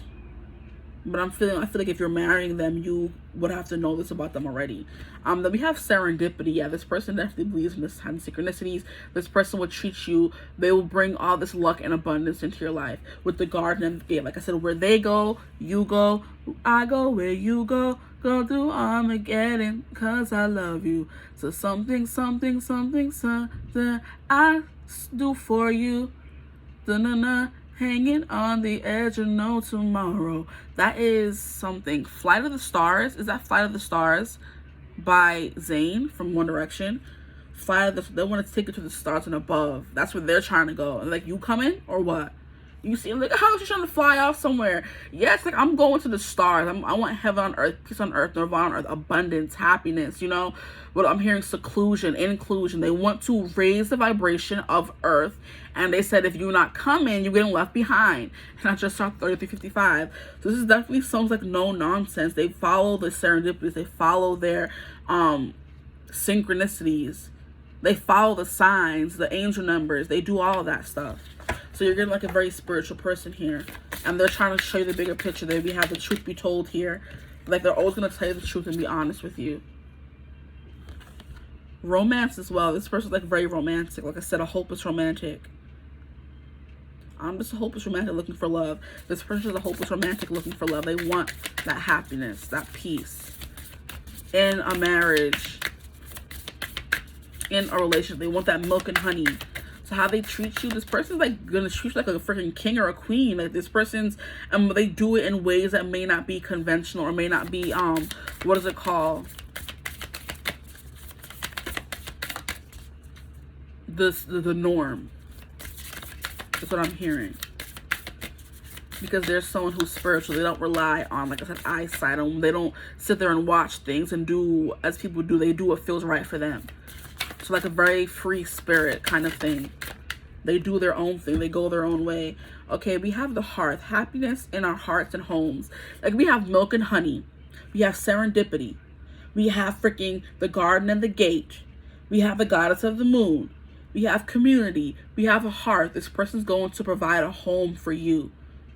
This person's going to provide a home for you. Something to come home, feel safe, feel warm, feel cuddly. This person may, like I said, can so easily fall asleep in their arms because their energy is just like so tantalizing. It's so, you know, it's going to lull you to sleep. Okay? They're warm. They're home for you. And look at how we have the googly mooglies. They're saving you, protecting you from all that. Whenever you're with them, you don't feel all the burdens of life. That's what this person's gonna treat you to. Feeling safe in their arms. Oh boy. I still have so many cards left. Why do I talk so much?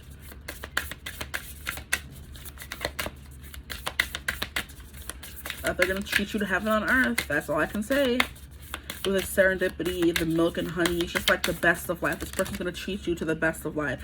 The best feelings, the best experiences. I'm hearing especially physically, the best physical feelings you ever had. Like you feel so comfortable falling asleep next to them. We have jack-o'-lantern protection, which is what I was saying in the beginning. They're going to be your bodyguard, okay? So we're just going to, you know, skim over these since these already came up. We have joy, rejoicing of the present. This did come through group 1. So definitely if you feel called to watch group 1. But like I said, that could be another perspective, or your future spouse's perspective, what you do for them. I don't know. We have rejoicing in the present. Feeling free, untethered, unbothered. Yeah, that's giving me this person, like I said, heaven on earth. They're fighting the Garden of Eden in this life, and they're taking you with them. We have a zombie control. I was saying this a little bit. This person can sometimes feel like you're a project and they want to control every aspect of your life. This person can be very controlling, which is giving Virgo. I feel like they want to be controlling everything. They want to be perfectionist about everything. They want their life to be perfect. Sometimes you got to tell them, hey, relax. Don't be telling them what to do and all that. We have graveyard, unnecessary fear. Interesting. You could have a fear of losing them, or they have a fear of losing you, which is why they want to control every single thing. Like I said, that's what I said, bro. That's what I said in the beginning with the Scorpio energy. They're very scorpionic. Like once they attach themselves to you, once you're theirs, they're very possessive, very controlling, very much, you know, wanting to control everything you do, be that, you know, that is coming through. Like maybe be that confidant for you. They want to be the only best friend you have. You know what I mean? Like I said, they're going to be your everything. They're going to be your best friend. They're going to be your confidant. They're going to be your protector. They're going to be, you know, your spiritual advisor. They're going to be all that. But they're giving like very controlling tendencies. Like I said, there's a little negative coming through. But I feel like nobody's perfect. I got to work it again and again to get it right. And that's what you're going to be doing. You're going to be working again and again so you get it right. Then we have scrying, intuition. Boom! Coming through again. We have goddess of the moon. So it's just being reiterated. These cards are just, you know, they're clarifying it. This person could be a scryer. Like I said, they're definitely into the occult for sure. Okay, they're in the occult. Okay. Now we're going to pull these last few cards and then that's the end of your reading. This person's definitely in the occult. When you're with them, they keep all the googly booglies. They keep all the scary stuff away because you just feel protected with them. Which is why there may be like an unnecessary fear. I'm trying to figure out what that is. Graveyard, unnecessary fear of how they'll treat you. Yeah, I think they have a fear of losing you. They can have like abandonment wounds. Where they hold on so tightly and they're so controlling because they're scared. They can be like a little bit of a know-it-all. Like, I know this, I know that, you know, and they try to tell you instead of letting you learn your own lessons. So yeah, you kind of got to check them sometimes when it comes to certain things like that, which I'm sure you will. Then we have workplace romance, common cause connection. You could end up working with this person, and y'all just be getting it on. Let's get it on. Oh, baby. Oh, let's get it on. Like workplace romance, I do feel like that's what I was saying with the whole contract. You could end up working with this person. You'll end up having a business together. They could try to, like, you know, be very controlling of the business or controlling of your business if you have one by yourself. There's something about working together. So you could work with your future spouse in some kind of way. And I did come through a little bit in group 1, but in like a different way. Here we have self-love. Love yourself first. That's what I was saying with that whole Three of Wands. Treat me like I treat booty, booty, booty, booty, right. No, you treat me right. This person said, I treat myself and I hold myself up to these standards. You better do the same. Just being honest. Let's just be honest. Treat me. I think it's Treat Me by Chloe, that song. Treat me like I treat me. You have open your heart. Love is the highest energy of all. Let it in. This person's going to treat you like they're the ones, or you're the ones they're letting fully in. So you're going to feel special in that kind of way, because they let you in a way they don't let anybody else in, which is what I was saying. You got to go to the High Priestess, the Emperor, the Justice, in order to get to that Page of Wands and Page of Swords, which is their more childlike, innocent vibe, you know? They have it. It's just underneath all those layers, you know? And sometimes they have to be more business oriented, more intellectual, more spiritual, you know, more, what is it called, stoic and stern, because of the aspect or what they do for work. But then just with you, they let you see that side that nobody else sees. And it's that childlike, innocent, very naive kind of, you know, like, what's the word? Like, I can't find the perfect word.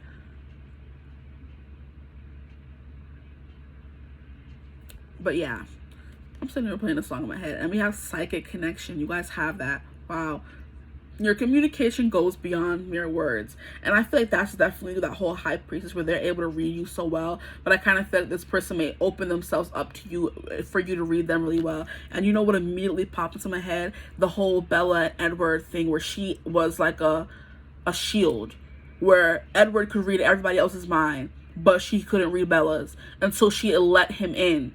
She let down that shield, and in the end she ended up, you know, she was very like, she was also someone who's like not so emotional, and like came off to the world as someone who was very blank slate. Nobody really knew what to take her for, but everybody wanted her because she had those men, you know, jumping after her. Even had James wanted to suck her blood, like had everybody coming for her, but she only wanted Edward. She only let Edward in, and she only let down that shield to let Edward in at the end of the movie, or the end of the series, Breaking Dawn Part 2, where she gives him like a reel of them falling in love kind of thing. You know what I mean?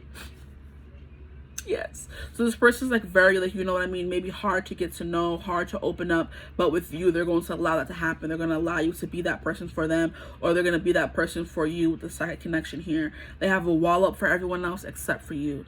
They allow you to actually read them. And you see how I said something about waves in the beginning of the reading? Like, when they finally let that down, give you all that energy, when they send that energy your way and, like, you know, let down those walls, it comes at you in waves. And the waves that kind of like overtake you, not the waves are like cute and, you know, lulling. No, it's those big waves that are like, you know, and they overtake you. Okay, so what was I saying? Like, yeah, something about waves, like when this person finally lets you in and let down their guard, kind of like the emotions and the feelings and the thoughts like kind of come at you in waves. So what's giving this person is the Bella in this relationship. They're the shield, where maybe you're good at reading everyone else, but it's hard for you to read them because they have that shield up. So it's not, you know. Can y'all stop turning on that light back there? It messes with the video. But I think that's all I wanted to say, because y'all reading was type long. But yes. I think that's all I have to say. Yes, that was the last card. They're the Bella, you're the Edward. But it gives that kind of, you know, connection where when they let their guard down, it's kind of like a whoosh of emotions that overcome you vibes. But yeah, that's all I have for y'all. I hope this reading resonated. If it did, feel free to like, comment, and subscribe. Join the Child of the Divine family. Love to have you. If you would ever like to book a personal reading with me, you can. Just email me using my email in the description box below. And that's all that I have for y'all. But I hope you're having a beautiful, wonderful day whenever you watch this reading. And as always, I will see you in the next one. Bye. Hello, my gorgeous group 3s. Welcome to your reading. If you chose this, I found out the name of it. It's Tanzanite Angel Quartz, I think is what it's called. If you chose this reading, then you're in the right place. Before I started reading, I was already getting messages. I was clearing out the energy, if you could still see the smoke wafting. There's something about wear and tear. So your future spouse has been through some things. Look at that. Like, I rarely use these crystals. I just always have it there because it's just so pretty. I'm gonna have to start using my crystals more because I just have them.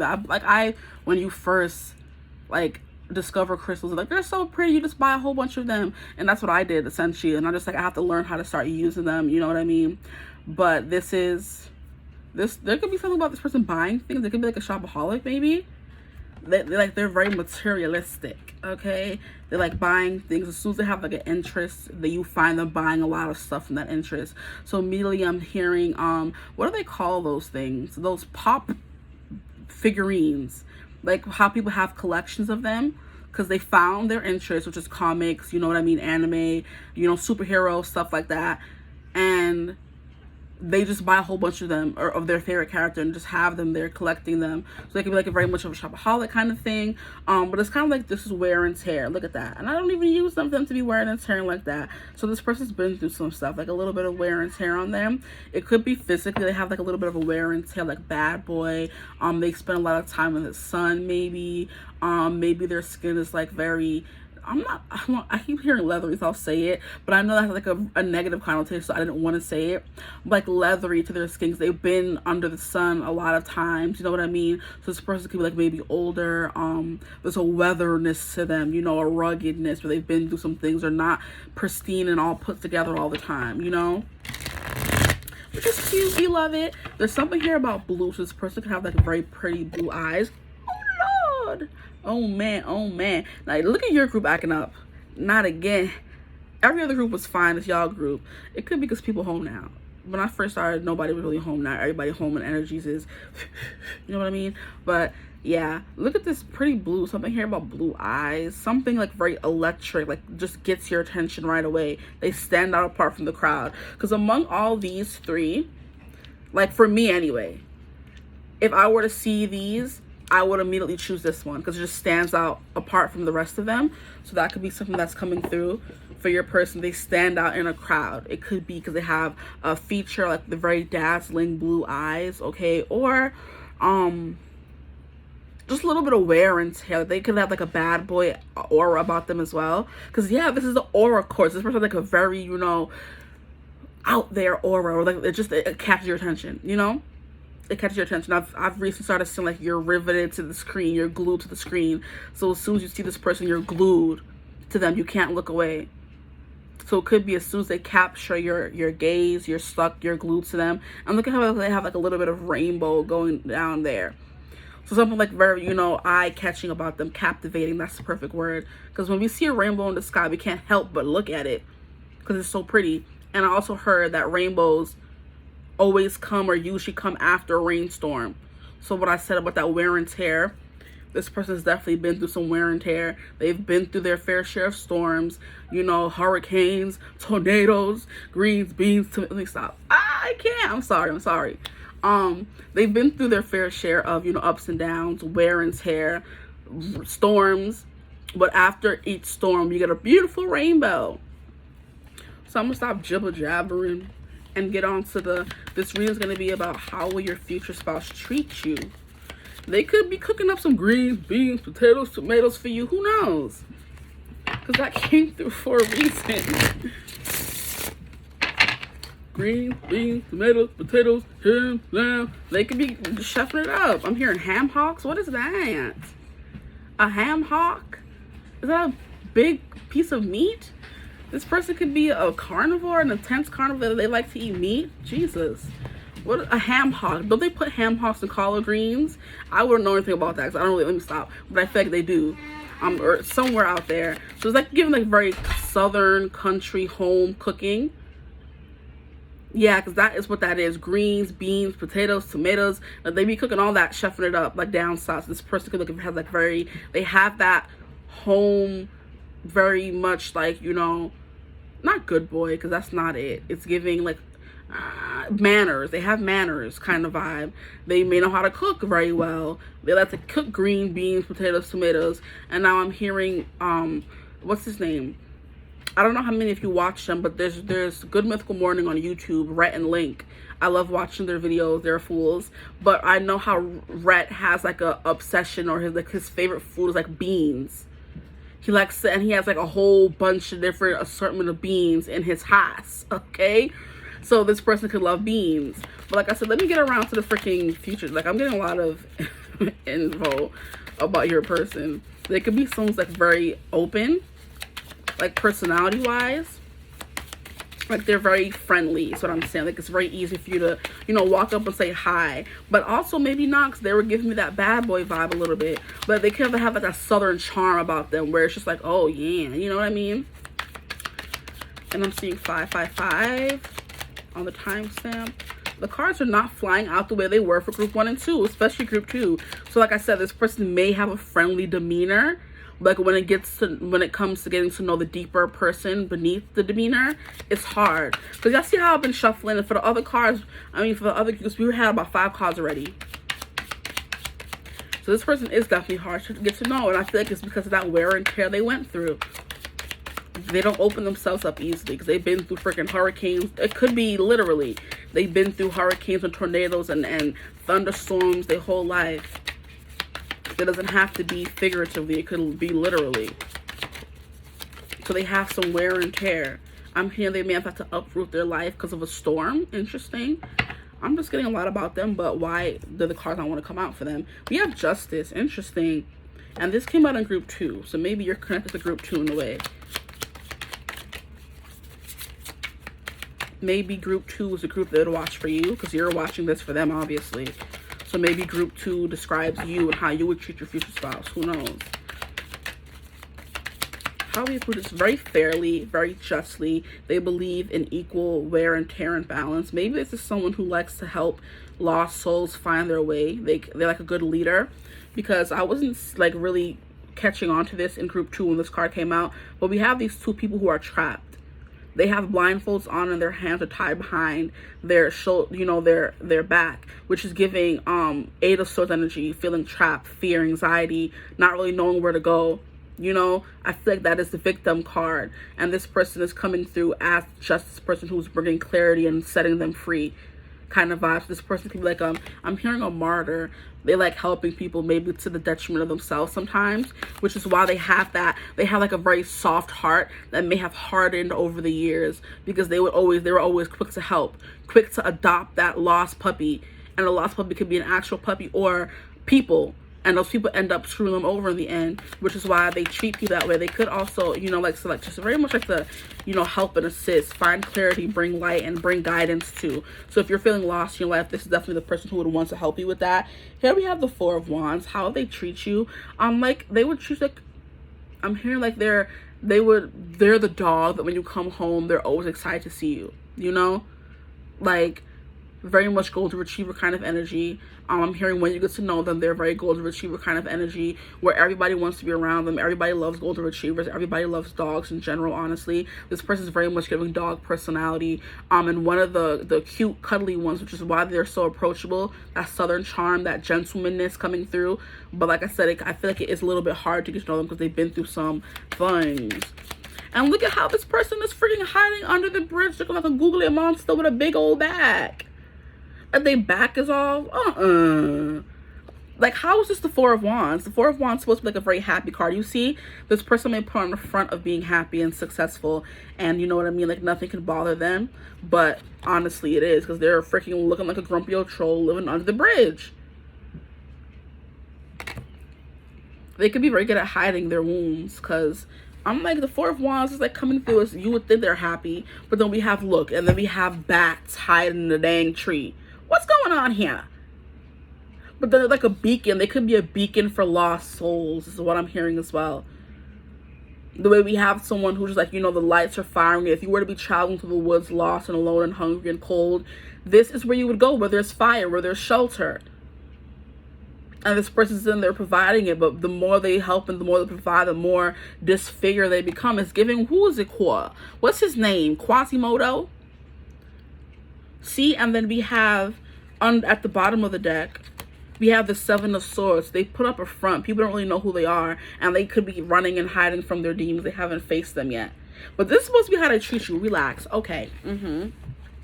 Like I said, they're that dog that's happy to always run and come home to you. You know, they have the golden retriever kind of energy where I missed you. Where have you been all day? They're always happy. when you come around. That's how they treat you. They always have a big smile for you. Like, it's giving those videos where the girl's like, oh, showing people their goals to achieve her husband or wife. And I'm seeing specifically Demi and Tom, where Demi was like going and looking for Tom through like a crowded party or like a festival or a gathering, and he was just like very lost, you know, and sad and forlorn until he saw her, and he's like, oh, hi, you're like excited to see this person. Golden retriever energy. That's what this person gets. They could be like very sad and lost, you know, and how they treat you is like a beacon of light, someone who came and saved them, because they could be one of those people who were trapped, and you came as the justice, as the voice of reason, and kind of freed them from all these, you know, fears they were having, these thoughts that were holding them back in their life, you know. So they look at you as like a pillar of justice and truth, and that was group 2. So like I said, this is your person, and group 2 could be you. So if you want to see how you would treat your future spouse, go watch group 2. Let me move over some more. Yeah, that's definitely coming through.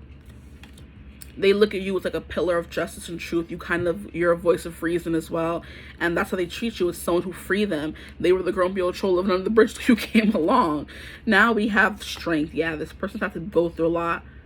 They're a charmer as well. And this came through in group 2 as well. So I feel like you guys have a lot in common.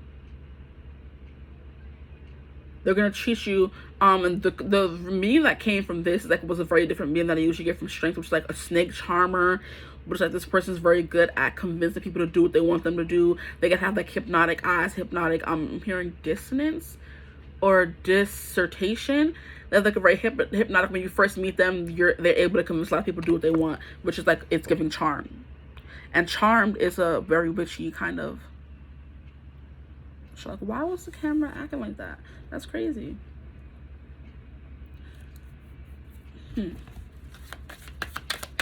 Yeah, very like a dissertation. They're regular, you know, how they come off to everyone is kind of like charming. I'm hearing roguish, ruggish. What do they call it? Yeah, rogue. Those people who were back in the day where they were like, you know, Lotharios, they were going after different women because they were very easily, people were very easily under their influence kind of vibe. So how will they treat you? You have a high priestess. Like, these are cards that all came through in group 2. Y'all see me shuffling. How will they treat you? Like, you just know everything. Is kind of like a little bit of like praise, you know? This person's always kind of like, oh my gosh, you did such a good job, babe. Like, you did, like, words of affirmation kind of thing. Like, you're so smart, you're so intelligent. This person treats you like their confidant. They come and tell you a lot of stuff, but they know that you're like a vault. What comes in is not going to easily come back out, because you could be someone who's hard to read and get to know as well. So they know that your secrets are safe with them, which is why we have Justin, the high priestess. Okay, wow, interesting.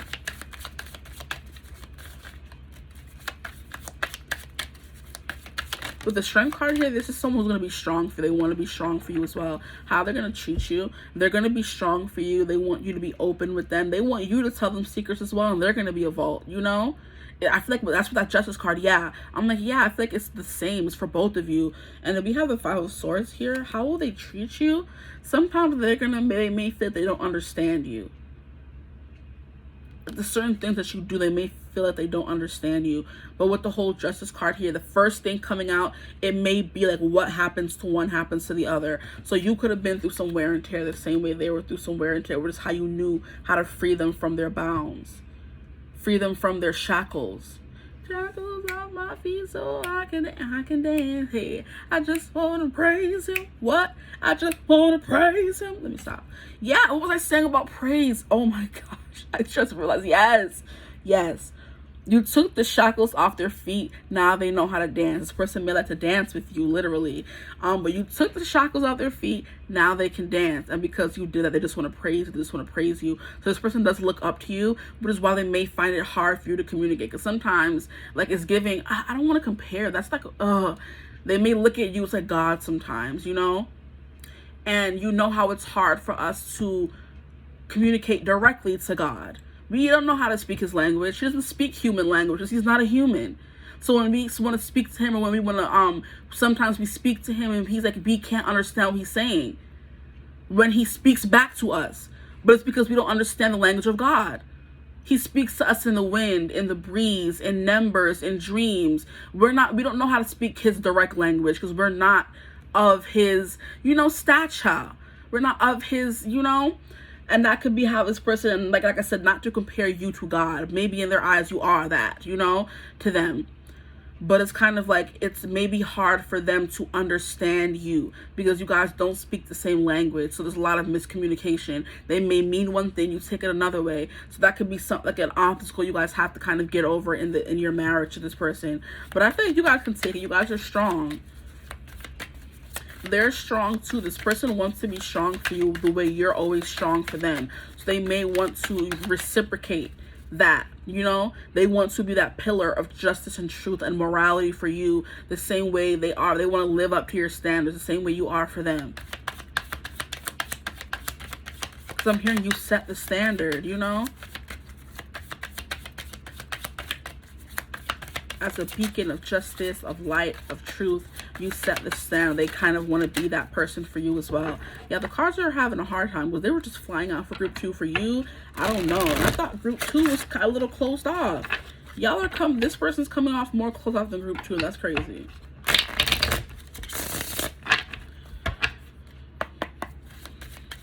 This person treats you like an oracle. And then we have 10 of Swords. What the hell? We have 10 of Swords. What's going on? This person wants to be strong for you. They want to learn how to speak your language is what I'm hearing. They want to learn how to speak your language so it doesn't lead to burnout. This person may burn themselves out trying to understand you. This person may run around in circles trying to understand you. This person may, I don't know, they may not understand. Like I said, understand you. They may not understand you for real. And it may, have them treating you in a way that exhausts you and exhausts them. Because the 10 of Swords is kind of like just giving up, needing a break. You know what I mean? Reaching the end of your rope, your wit's end. It's just like, I'm done putting in the work. Maybe this person may feel like giving up sometimes. Or they give up on you, which is how they kind of treat you. I don't like this. How will their future spouse treat them, please, for my group 3s? How will their future spouse treat them? I'm hearing like a new beginning. Like you kind of stuck every sword of truth in them that you could, following the whole justice card. You stuck in every freaking sword at this point. Like it could seem like sometimes it may seem like you're always, picking at them, maybe bullying them, wanting them to be better, and they don't understand why you're doing what you're doing, which will lead to the 5 of Swords and then the 10 of Swords, which is like, I can't take it anymore. This person kind of, maybe run away from their problems sometimes instead of facing them head on, which leads to more problems. Like, this person's like avoiding the issue, and you're not someone who does that. You want to get to the bottom of the issue. How will their future spouse treat them? Like, I want to know why the cards are not coming out. Like, it's pissing me off now. So this person, like, have like anger or, frustrations towards you. We have Knight of Cups. Maybe because they're not as evolved as you. You're coming through as High Priestess. They're coming through as Knight of Cups. It's just like it doesn't match. But this person will maybe try to make it up to you by doing, romantic things. This person is a romantic with the Knight of Cups, and they have no problem showing it. They have no problem being a simp for their person. How, maybe when you guys do reach this point of exhaustion, this could be them wanting to take care of you when you are too exhausted. That's coming through as well. When you're too exhausted, you're burnt out, you're tired, you're feeling betrayed, like you're too tired to even move. This person is setting up a little picnic for you to kind of, boost your spirits is what I'm hearing. Okay, I'm like, it better make sense. Yeah, and then it fell in reverse. So it's kind of like this person wants to help you when it comes to you being like too tired. You burning yourself out. It's kind of like, hey, you're doing too much work. Maybe you want to, take it down a little bit. And you're just like, mind your business, But it's kind of like, why, yeah, I don't know. Something here about communication is going to be a problem for you guys a little bit. Or it's going to be a work in progress. Because they're telling you, hey, be careful. You're kind of like stringing yourself up here. Like what you're doing is not going to end well. And you're like, mind your business. And I'm like, oh, well, you don't understand me. And the way they're saying it could come off to you is like they're maybe judging you or trying to be mean or being catty or being judgmental. And it's like, no, they're saying it for your best good. Maybe you're someone who doesn't take well to criticism. So it ends up leading to like fights or disagreements, like, you know, little jibber jabbers, like where you say something, they say something, you say something, they say something, and it doesn't lead to resolution, you know?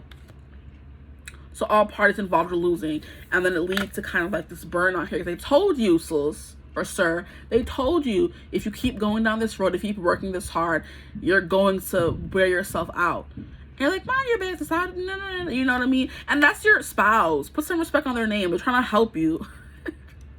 Like, I'm trying to be a mediator, you know?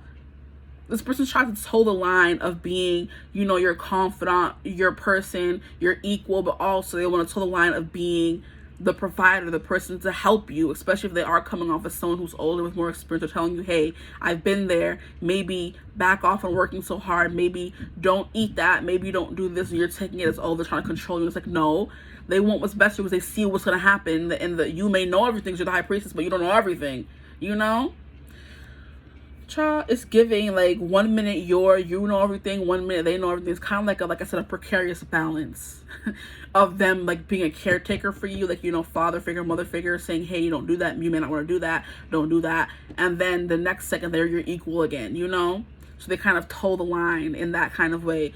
And maybe you guys both do. With the Knight of Cups, is definitely someone who wants to do things for you. They tell you a lot. They're giving a lot of compliments. They give you a lot of compliments. They tell you, you look beautiful today. You look gorgeous. Like, you know, do you want to go outside and, you know, spend some time in the earth to rejuvenate, revamp, you know, reduce, renew, recycle kind of thing.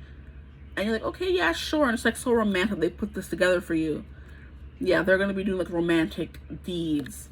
Maybe to make up for their bullishness. Maybe they could be a Taurus, bullishness. Their bullheadedness, to make up for that. We have the Fool. So maybe there may be a point. Maybe this is like a chronicle of you guys getting married. Justice, marriage, contracts. Then we have the Four of Wands. You're celebrating. You know what I mean? You guys are married. You're happy. They're always happy to see you. You guys make each other stronger. You build each other up. They build you up. You build them up. Like I was saying, very equal, you know? Nobody's doing more than the other. Then we have the High Priestess card here. That you're confident. They tell you things are very intuitive as well. They're telling you, maybe don't talk to that person, don't talk to this person. And because you could be someone who plays a know-it-all, because you could be a High Priestess as well, you're like, oh, I know that, but you really don't, because they're seeing it from a different perspective than you are. You know what I mean? So like I said, in group 2, their person was their person's confidant. Here is kind of like you guys are both each other's confidants. So you have to kind of learn to balance that energy of thinking you know it all, which you maybe do, but so does this person. It's the battle of the intuitions, is what I'm hearing. The battle of the intuitions. Like, I have sense, I have reasonings, and maybe because in the beginning you say them and they put you on this pedestal, it may be hard for them to kind of turn around and try to tell you what to do now because you're the one who saved them. You know, that whole dating your idol, dating someone who's above you, dating your teacher. There's always going to be an imbalance in roles because this person's always going to know more, have more experience, be, you know, kind of thing, which is why they say don't date where there's power imbalances. But y'all, there's not a power imbalance. There may have been in the beginning of a relationship, which is why it may be hard for y'all to navigate that moving forward. Oh boy, I need to take a breath, child. But we have the Fool card here, which is like a new beginning. So along this journey of getting to know each other, building the strength, you know, getting deeper and deeper, this person's definitely going to bare their entire soul to you. Like, tell you their weaknesses. This is how they're going to treat you. You know what I mean? And you're going to build them back up. But then when it's time for them to do the same for you, you may kind of push back against that, which is like, no, behave. And then we have the Fool, which is like a new beginning, a start. They're going to show you, I'm hearing a new side of life, a new way to do things. You're going to experience new things together, new adventures, you know. Traveling is coming through here. It's giving taking a picture of the way she's posing. This came through in group 1 as well, and that's the kind of meaning I got from it as well, where you guys are going on vacation. This person's like the husband behind the camera, taking all the sexy pictures of you in your bathing suit if you're, you know, on the beach, or, you know, like that. They're your own hype man. I feel like this person's gonna be your hype person. Or they're like, oh yeah, you look good today, all that kind of stuff. But definitely like adventure, how they're going to treat you. They're going to treat you to, I'm hearing, welcome to the good life. Better than the life I live. And I thought that I was going to go crazy. Yeah, see? That 5 of swords coming through, the 10 of swords. Well, it wanted to be in reverse now. Heard you. They're showing you a better way to live your life, which is what's coming through in group 1 as well. It's gonna start, it's gonna, you know, a new start. They're telling you what you're doing right now. Your sleeping schedule's not the best. What you're eating and putting in your body, it's not the best. Maybe you want to switch it up, change it up. They're trying to take care of you, and it may lead to some argument. Like, you want to change me? Oh, you don't like the way I look? You know, and it's like, no. I just want you to be healthy. I want you to be have a long life. I want you to be around for a long time. You know, when you do certain things, it's shortening your lifespan. And this person wants you forever. And by them bringing that to your attention and taking care of you is what this Knight of Cups is. Like I said, doing little things to show you they care. It's going to lead to you being like, oh, you don't want to change, you just want to take care of me, and lead to this new beginning, you know? Okay, like, I don't want to change you. I just want you to live a better, healthier life. Relax, you know? Stop being so defensive.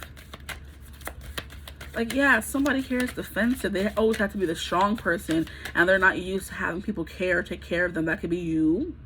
And this person's like, hey, I'm here to take care of you. I'm your husband. You know what I mean? I'm your wife. I am the only good, or I'm the greatest good you're ever going to get. You know, that scene from The Incredibles where he's like, I have to go. Like, it's for the greater good. He's like, I am your wife. I am the greatest good you're ever going to get. And it's like, that's what this person is saying. Like, I'm your husband. I'm your wife. I want you to be your best person. So, you know, don't take it so defensively.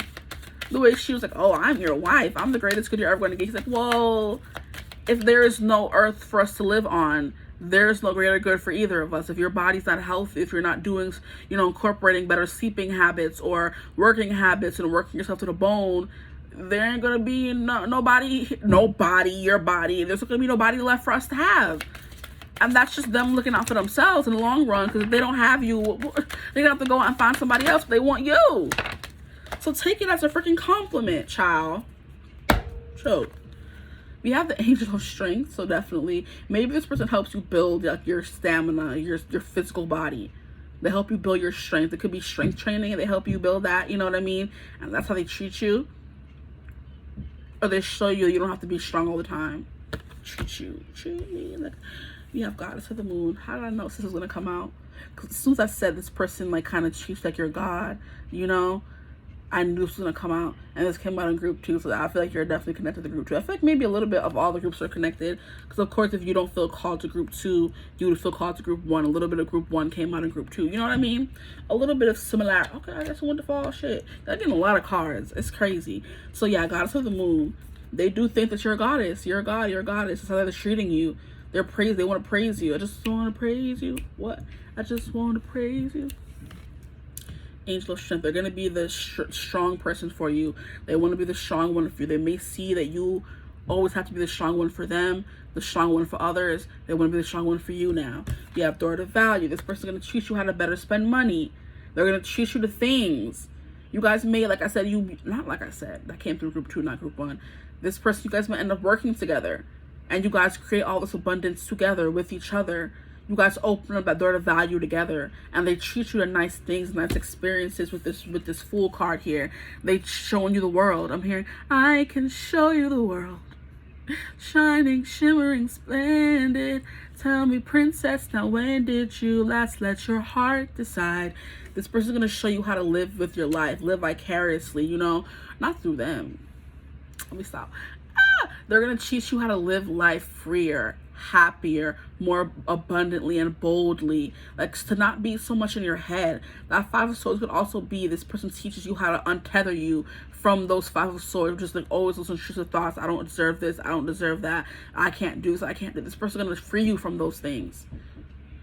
Yeah. They're going to take away those negative thoughts and like fill in those spaces with love. With the Daughter of Value, they could treat you to things. Yeah, they treat you to food, experiences, clothes. You know what I mean? This person buys you stuff, spoils you with gifts, which we love.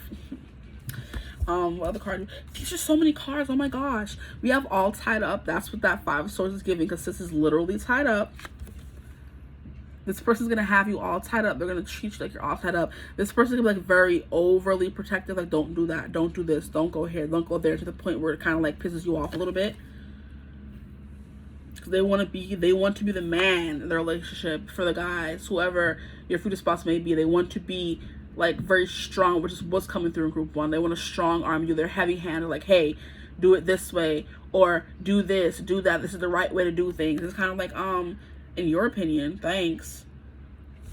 And this person's gonna have you all tied up. How they're gonna treat you. ESP plus message for y'all. This person may want to tie you up. Yeah, they may want to tie you up. They may want to tie you up. And I'm also killing you with orgasms, okay? Whether it's the masculine or feminine energy, killing you with orgasms. They want to wear that body out. Guys, stop it. But like, yeah, tie you up. They want you to relinquish your control, okay?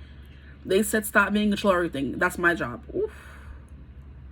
Stop. You're not in control of everything right now. That's my job right now. Stop, you know? Wow. Yeah, all tied up. They said I'm gonna tie you up, sis. Or they just tie you up in knots. Like, the way they treat you is kind of like, do I deserve this? Like, oh my God, this person treats me so well, kind of thing. And they're trying to completely relinquish those thoughts that you have, okay? Daughter of value, they spoil you, treat you, take you on trips, kind of like fund your lifestyle. Not fund your lifestyle. They very well could. You could have your own money, but they want to use their money. Provider, okay? We have storm warning. What the bleep did I say about storms? And oh my God, just from the crystal, I was saying this in the beginning of the reading. I'm like, this person could have been through a lot of storms in life. This person could, you know, weather you through a lot of storms. Whether you through a lot of storms in your life. With 10 is also Wheel of Fortune energy. They're the person who is there holding you, keeping you together. You know, they're your sanctuary. That's how they treat you with this 4 of Wands. This shelter, they're your shelter. Brother, let me be your shelter. What? Never leave you all alone. That's Need to Breathe. And Gavin DeGraw, he loves coming through, don't he? Gavin, always in my readings. Need to Breathe and Gavin DeGraw. Brother, okay? Brother, let me be your shelter. Never leave you all alone. And now we have Storm Warning, which is a song by Hunter Hayes. I kind of wish you had a storm warning. I kind of wish you had a sign. I kind of wish you had a little heads up, little leeway, little more time. Some kind of radar system locked in on love. Something about he wished had a storm warning before this girl came and trampled through his life. So that we're all tied up. That could be a thing in your relationship where you kind of wish you had a storm warning that told you someone's going to come and kind of shake up your life. In the good way, because 10 is Wheel of Fortune energy. So they're changing your life for the better. But it's kind of like you may have to weather a lot of storms in this relationship, which is what I was saying. So this is not going to be no perfect happy ever after. It will eventually, but you may have to go through a lot in order to do that, okay? Interesting. We have woman holding a heart. This person's going to open up your emotions. Like I heard, flay you wide open in more ways than one, child. Okay. They're definitely going to allow you to wear your heart on your sleeve once they kind of give you, you know, get you around to their way of thinking. Once they kind of give you all these things that the Knight of Cups is giving their person, they're giving you all these gushy, mushy, romantic feelings. They're going to open up your heart, okay? Which was definitely a thing that came through in group 2. So I do feel like in a way you guys are connected, because I gave the whole Bella warning. I mean, the whole Bella thing from Twilight, where Edward was not able to read her easily, and it took him some time to kind of win her. I wouldn't say that, but they have to go through some things in order to get their happily ever after. They have to fight. They have to literally go through wars, okay, with the Volturi to kind of get their happy ever after with their, you know, she had to fight for him in New Moon. They have to go through the whole love triangle and fight what is it called, the Volturi on top of what that girl name was, Victoria. Then in Breaking Dawn, they finally had their child. They finally had their marriage. They got married, and they were still going through things. So before they got married, they was going through stuff. When they got married, they were going through stuff. But eventually, it all leveled out. And then at the end of Breaking Dawn Part 2, that's when Bella finally lets down her guard and lets Edward fully in. And you know, that's when he's finally able to read her memories and stuff like that. That's what I'm getting for you guys. So that you could be literally attached. I mean, not called to group 1, but group 1. I mean, group 2 called to group 2, because group 2 is you. And how you'll treat them. This is how they're going to treat you. Okay, I'm going to stop there before I confuse anyone. Now, definitely you guys are going to go through some things with how they treat you. There may be some stormy weather here. I'm hearing stormy weather by Etta James. But it's also giving now that me and my daddy, we ain't together. I'm crying all the time. Ooh, see? Yeah, something about you guys having to weather the storm in this relationship before things kind of get good. Then we have the sun before things kind of get good. The freaking storm, and after the storm is the sun. Then we have rainbows and all that. Wow, yeah. Y'all are the most turbulent, rockiest relationship that I've had so far. I'm getting a whole timeline for the relationship, like I said. Okay? So after you guys get married, things may take some getting used to. I'm hearing shotgun wedding. Maybe you guys get married before you fully know each other. Relax. But the sun, all good things at the end of the day, which is what the Fool card is getting, a new beginning. You guys went through your roughs and toughs and ups and downs and tiffs and all that, but it's going to lead to this sun. How many freaking cards came out? And then we have man holding a coin as well as daughter value. So yeah, this person's definitely going to be big on spoiling you, buying you things, gifting you things, providing for you. They may want to be the main provider for the household. They want you to live that soft, stay-at-home mom kind of life, or you know what I mean? That kind of thing. They're good with the coins. They're buying you stuff. They're treating you to dinners, treating you to trips, treating you to fancy things. Always taking care of you. When they're around, they don't want you taking out your wallet, okay?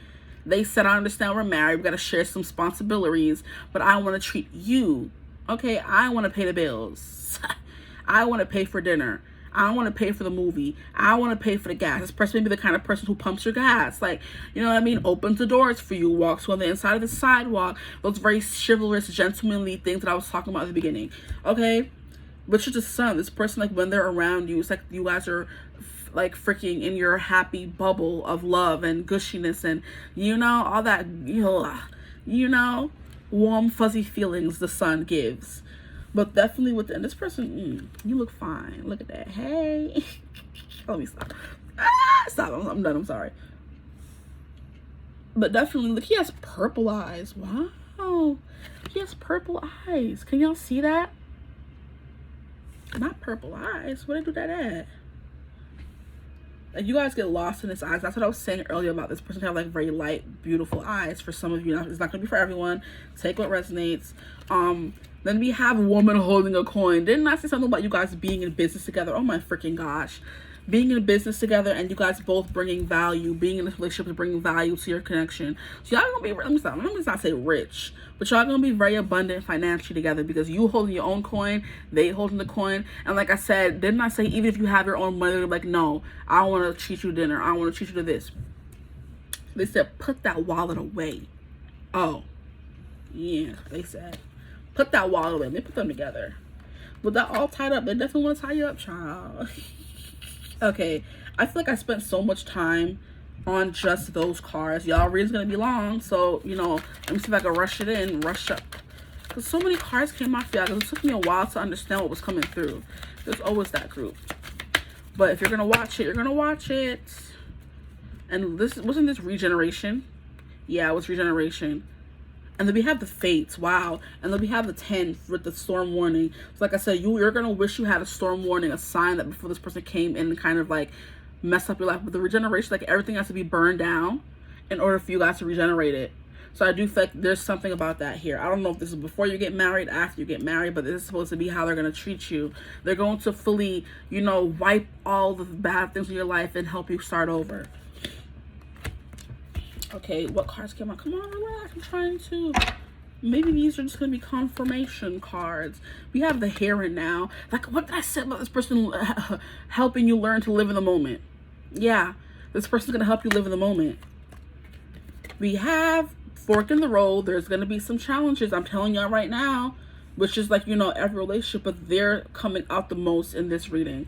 Every marriage has its ups and downs, but for y'all, there may be a moment where you're like, I don't know if I'm gonna, it could be before y'all get married. I keep hearing before you get married, there may be a moment where you guys don't think you're gonna make it, and then you do end up making, because there's a fork in the road. You guys need to kind of get rid and wash away, burn down, raise everything you ever knew about relationships, about love, about life, and you're relearning it together.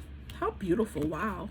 Okay, and then we have Treasure Island. Boom. All this money, child. We have daughter value. We have man holding a coin, woman holding a coin, and then we have Treasure Island. What are you telling me? It's giving peace, happiness, luxury, and love. Because all these hearts and stars. There's something about islands. Maybe you guys end up like having a house on the beach and they treat you by surprising you with the house on the beach. Period. Yeah, we love that. We do. And then here we have a new, oh my God. Guys, why? Why is tarot and oracle cards like this? Like, I say something and then it comes out in the cards. Yeah, they're treating you to a new life with the whole here and now. They're teaching you how to live in the moment, here and now. You guys are raising down everything you've ever known about relationship, love, and all that kind of stuff. And you're starting over together. Okay, new life, treasure island. You guys are finding that treasure island, that treasure chest together. You know what I mean? It's giving you guys had to open Pandora's box to throw away and go through all the challenges that were coming your way in order for you to now use her box to fill it up with treasure. Or maybe you have to go through all this stuff in order to get to the treasure. You know what is giving me that scene from Harry Potter where it's the last one, or the one right before the one where Dumbledore dies. Yes, I think it's the order. No, that's come on, Half-Blood Prince. And that's where, in order to kind of, was it that one? I think it is. Where Dumbledore takes Harry to find one of Voldemort's Horcruxes. And in order to get to the Horcrux, Dumbledore has to drink that cursed water that has him crying, saying no more, begging, and like telling Harry, I can't anymore. And Dumbledore told Harry before, do not let me stop, okay? And Dumbledore knew, I think he knew he was already dying because he had that black hand already in that portion of the movie. So he knew it had to be him to drink that poison water. And he said, no matter what, no matter how much I say stop, I can't do anymore, do not let me stop drinking the water, because they had to get to the Horcrux at the bottom to destroy it. Just for him to figure out somebody already stole the Horcrux, like, it's some BS. Let me stop. Let me not even get into the whole, this is not a Harry Potter channel, okay? But it's like, yeah, no matter what you guys are going through, you guys are going to keep drinking the water because you need to get to the treasure at the bottom, you know? Opening Pandora's box, going through the storm, weathering the storm together, boom. Okay, I'm done. That's it, right? But yeah, you guys are going to, I'm hearing jumpstart a new timeline, a new life with each other, which is beautiful, child. Come on, period. Okay, so how else do they treat you? They're treating you to a new life. They could buy you an island if you guys have the money for it. Shucks. Maybe they want to buy you an island. You know what I mean? A fork in the road. They're definitely someone who's helping you on your road the way you're helping them on your road. It's probably about you guys are both balling. And you guys are door to value. Like, please. Big money. Let's see, y'all. They're like, focus on the here and now. Stop worrying about so much about the past and the future. Like I said, that Five of Swords, you overthink. How is this person going to treat you? They're going to get you out of your head. They're going to be like, hey, this is only going to lead to burnout and stress. I don't want that for you, okay? But it takes challenges for you guys to overcome those things. Here we have Werewolf, which is exploring wildness. Yeah, I've never gotten this one. Exploring wildness. Not that I have this deck for long anyway, but yeah, that's that here and now, that fork in the road, that treasure island, that new life, that Fool energy. This is the Fool energy, exploring wildness. Oh, how sexy. And that all tied up. This person definitely wants to try some things with you. How they're going to treat you, like a delicate flower in 1 minute, like a toy the next minute. Mic drop. They just, your body every which way, like I said, wringing all the pleasure out of your body with that 10 of Swords. I'll take these. We have the Veil, the future. This person's gonna definitely show you how to feel your future, not think about it so much, and not look at it, you know, like they're going to be very objective about your future. Maybe you're someone who's always thinking, oh my gosh, what's my future gonna be like? I want to be this and that, have this and that, but you're not having objectives to cross off. You're not making a plan. This person's going to treat you and help you by helping you making a plan in your life to get to this future that you want to have. That's what they're doing. They're just like, you know, stop stressing yourself out. Victim mentality with the blindfold on, the Eight of Swords. Like, stop making yourself a victim and instead step into the energy of, you know, making a plan. This person can be like a planner. Like, you know, you keep crying, I don't have this, I don't have that. Where's your plan? Where's your 5-year plan or to get to where you want to go? That's, I don't like that. I mean, anyway, I like that, but this is not my reading. This is y'all reading. Yeah. Like, you want to get somewhere so bad, you keep crying about it, and they're going to help you get there. Boom. Now we have Graveyard. Oh, Lord. This came through in group 2. unnecessary fear. I feel like because of what you guys have gone through, all these ups and downs, these storm warnings, okay, what they have been through before you, what is what I was saying here with the rough and tough and, you know, having been through some things, it will bring unnecessary fear to your relationship, where you're scared of losing them, where they're scared of losing you. Because why would they have a graveyard? Nasty. Like, you're scared of losing them. There's unnecessary fear in the connection. And because of how you guys are so happy with each other with the sun, like things are so bright and happy, treasure island, you're scared of losing that with them, okay? They're scared of losing that with you. But we have forgiveness, reducing burden. Why people gotta go through the struggle? I don't like that. Why can't you just have a happy relationship? Why they gotta be struggle and strife? I don't like that. I don't. Anyway, forgiveness. This person, like I said in the beginning, we were getting some iffy energies with the 5 of Swords and 10 of Swords. This person, or you may kind of, when they're trying to help you reduce your stress levels and they're telling you ways to do that, you may feel like you know everything and you're like, oh, mind your business kind of thing. I'm like, no, I want to help you. What you mean? You know what I mean? And you may have to like forgive them a lot of the time because they're just doing it to help. They're not doing it to tell you don't know how to do this. You don't know how to make you feel small, essentially. They're not doing it. They just want to help you better yourself. And you may take it as you, like I said, you're someone who doesn't like people to tell you you're wrong or doing this the wrong way kind of thing. But that's what a relationship is. Sorry. Get over it. Okay? We have ancestors, the love and legacy of your DNA. This is beautiful. The love and legacy of our DNA. Maybe there's something here about, I'm hearing past lives. Maybe because of the past life together. But DNA, ancestors, it means you're building a legacy. You're building a line of being with this person. And y'all reading is mad long. I'm so sorry.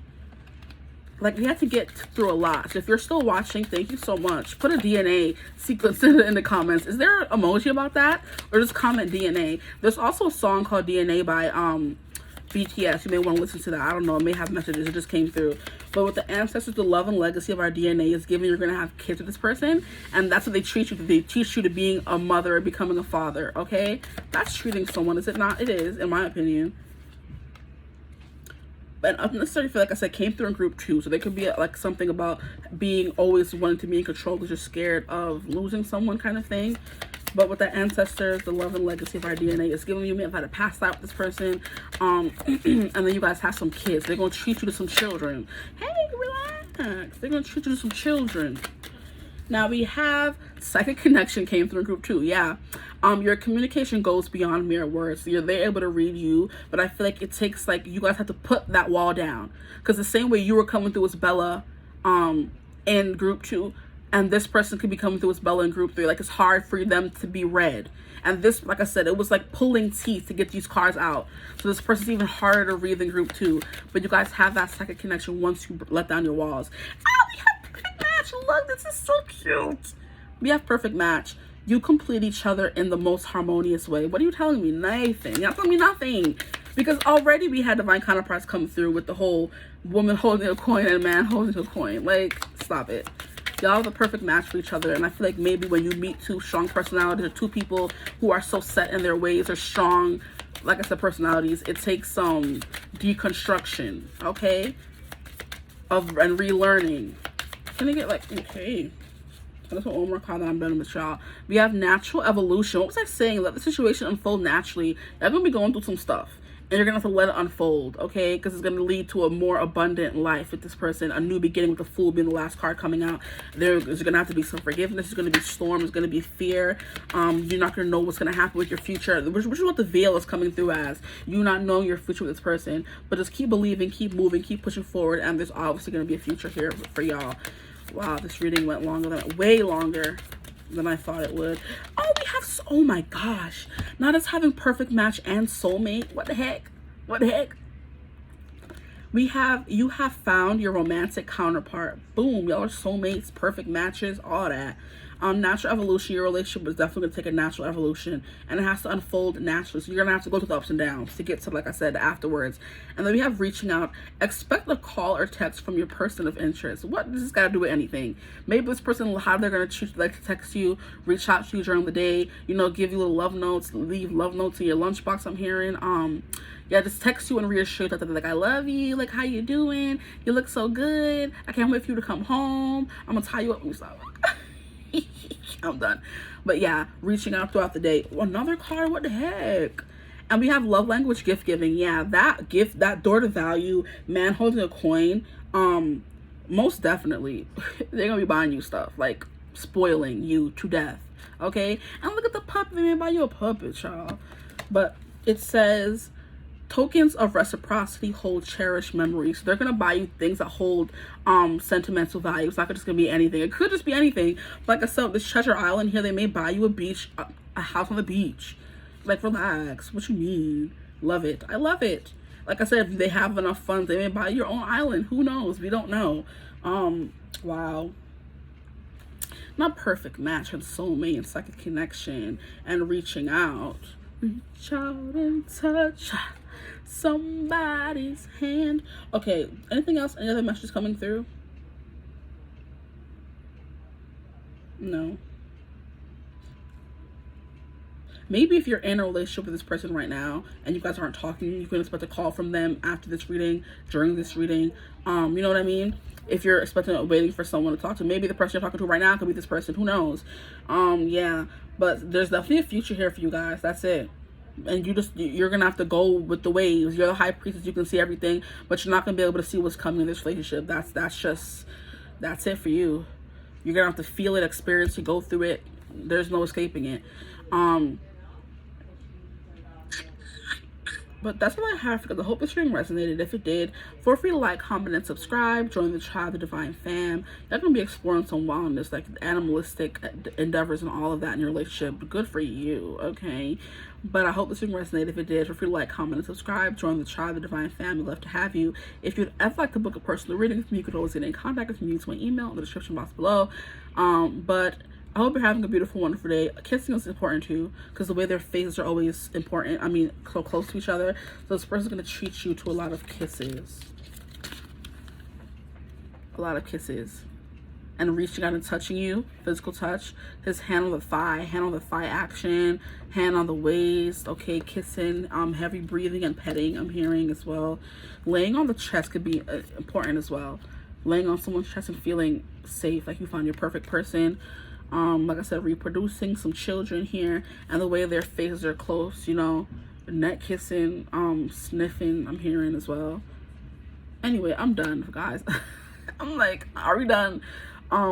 If you watch this all the way through, like I said, put DNA in the comments, and I appreciate you, because this is mad long. But as always, I will see you in the next reading. I hope you're having a beautiful, wonderful day. Bye.